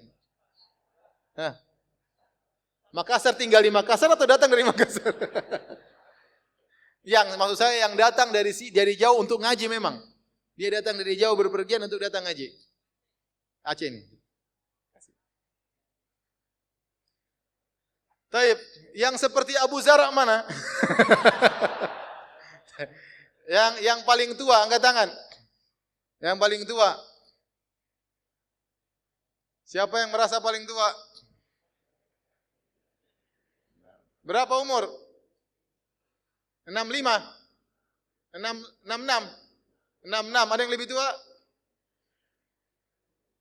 Kasihkan. Jazakallah khair, kasih. Ada yang jomblo yang paling tua, angkat tangan. Angkat tangan aja, pelan-pelan, dari jauh saya bisa lihat. Jomblo yang paling tua, ada ya? Sudah, ke sana. Udah enggak usah lihat, antum lihat sini aja, enggak usah lihat dia. Kasih over ke belakang. Sana. Di dekat tiang. Baik, pertanyaan. Apa sifat yang disebutkan oleh Ummu Zara tentang putranya Abu Zara? Siapa yang tahu? Ya, apa? Kurus, tidak banyak makan. Masya Allah, syukran. Taib, siapa yang bisa sebutkan ciri suami yang ke-8? Iya, lihat. Jangan lihat, enggak boleh lihat. Hafal. Hah? Lembut seperti kelinci. Baunya? Baunya harum. Terus apa? Ngangenin.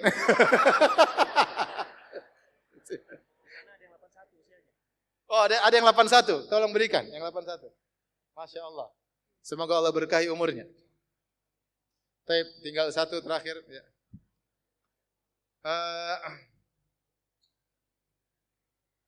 Ibu-ibu nggak dapat ya, kasihan.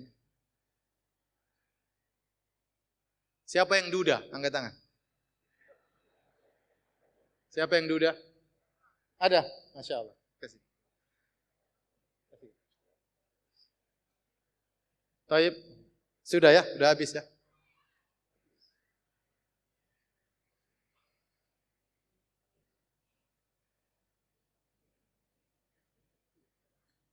Waduh, banyak sekali pertanyaan.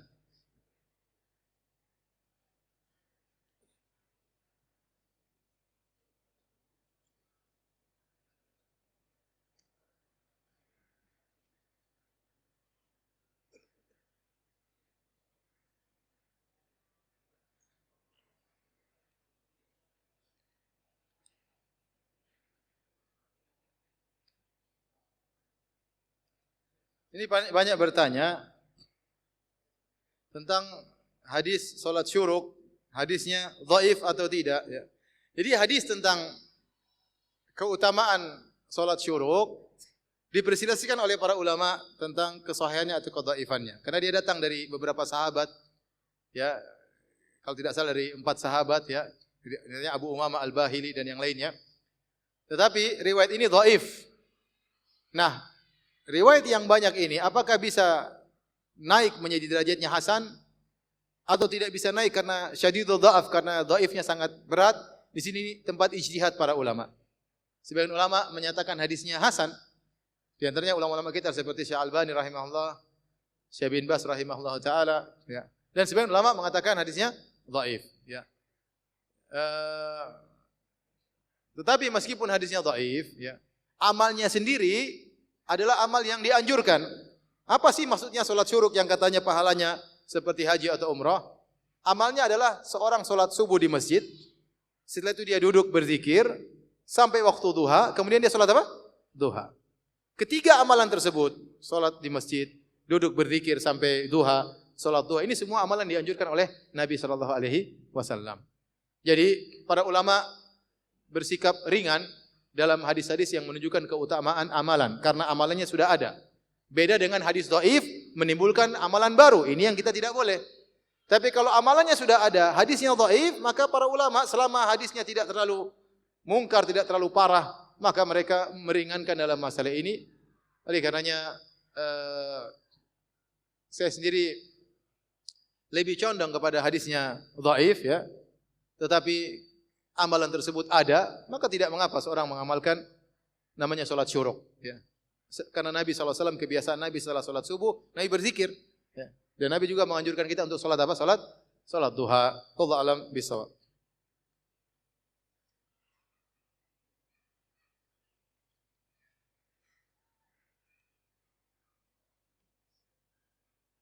Mana yang didahulukan? Solat tahiyatul masjid atau duduk langsung mendengar kajian? Ala kulli hal, kalau dia bisa gabungkan, dia solat tahiyatul masjid dengan ringan, kemudian dia duduk dengarkan apa? Pengajian. Tapi kalau dia langsung duduk pengajian, toh solat tahiyatul masjid, ijma ulama, hukumnya adalah sunnah, tidak sampai pada derajat apa? Wajib, ya. Ya, tidak sampai pada derajat wajib. Meskipun ada sebagian ulama yang mengatakan wajib, tapi ya sebagian ulama mengatakan ijma, ya. Dan itu kuat bahwasanya solat tahiyatul masjid tidak sampai derajat wajib. Yang sudah download Bekal Islam, angkat tangan coba. Bekal Islam. Belum ya? Tolong di-download ya. Di situ ada penjelasannya. Gratis ya. Bekal Islam, download di Android sama di iPhone, ada. Silakan di-download, nanti Di situ juga ada saya bahas tentang salat syuruk dan juga tentang tadi salat tahiyatul masjid, hukumnya wajib atau sunnah. Taib, demikian saja kajian kita para hadirin hadirat yang rahmatillah subhanahu wa taala.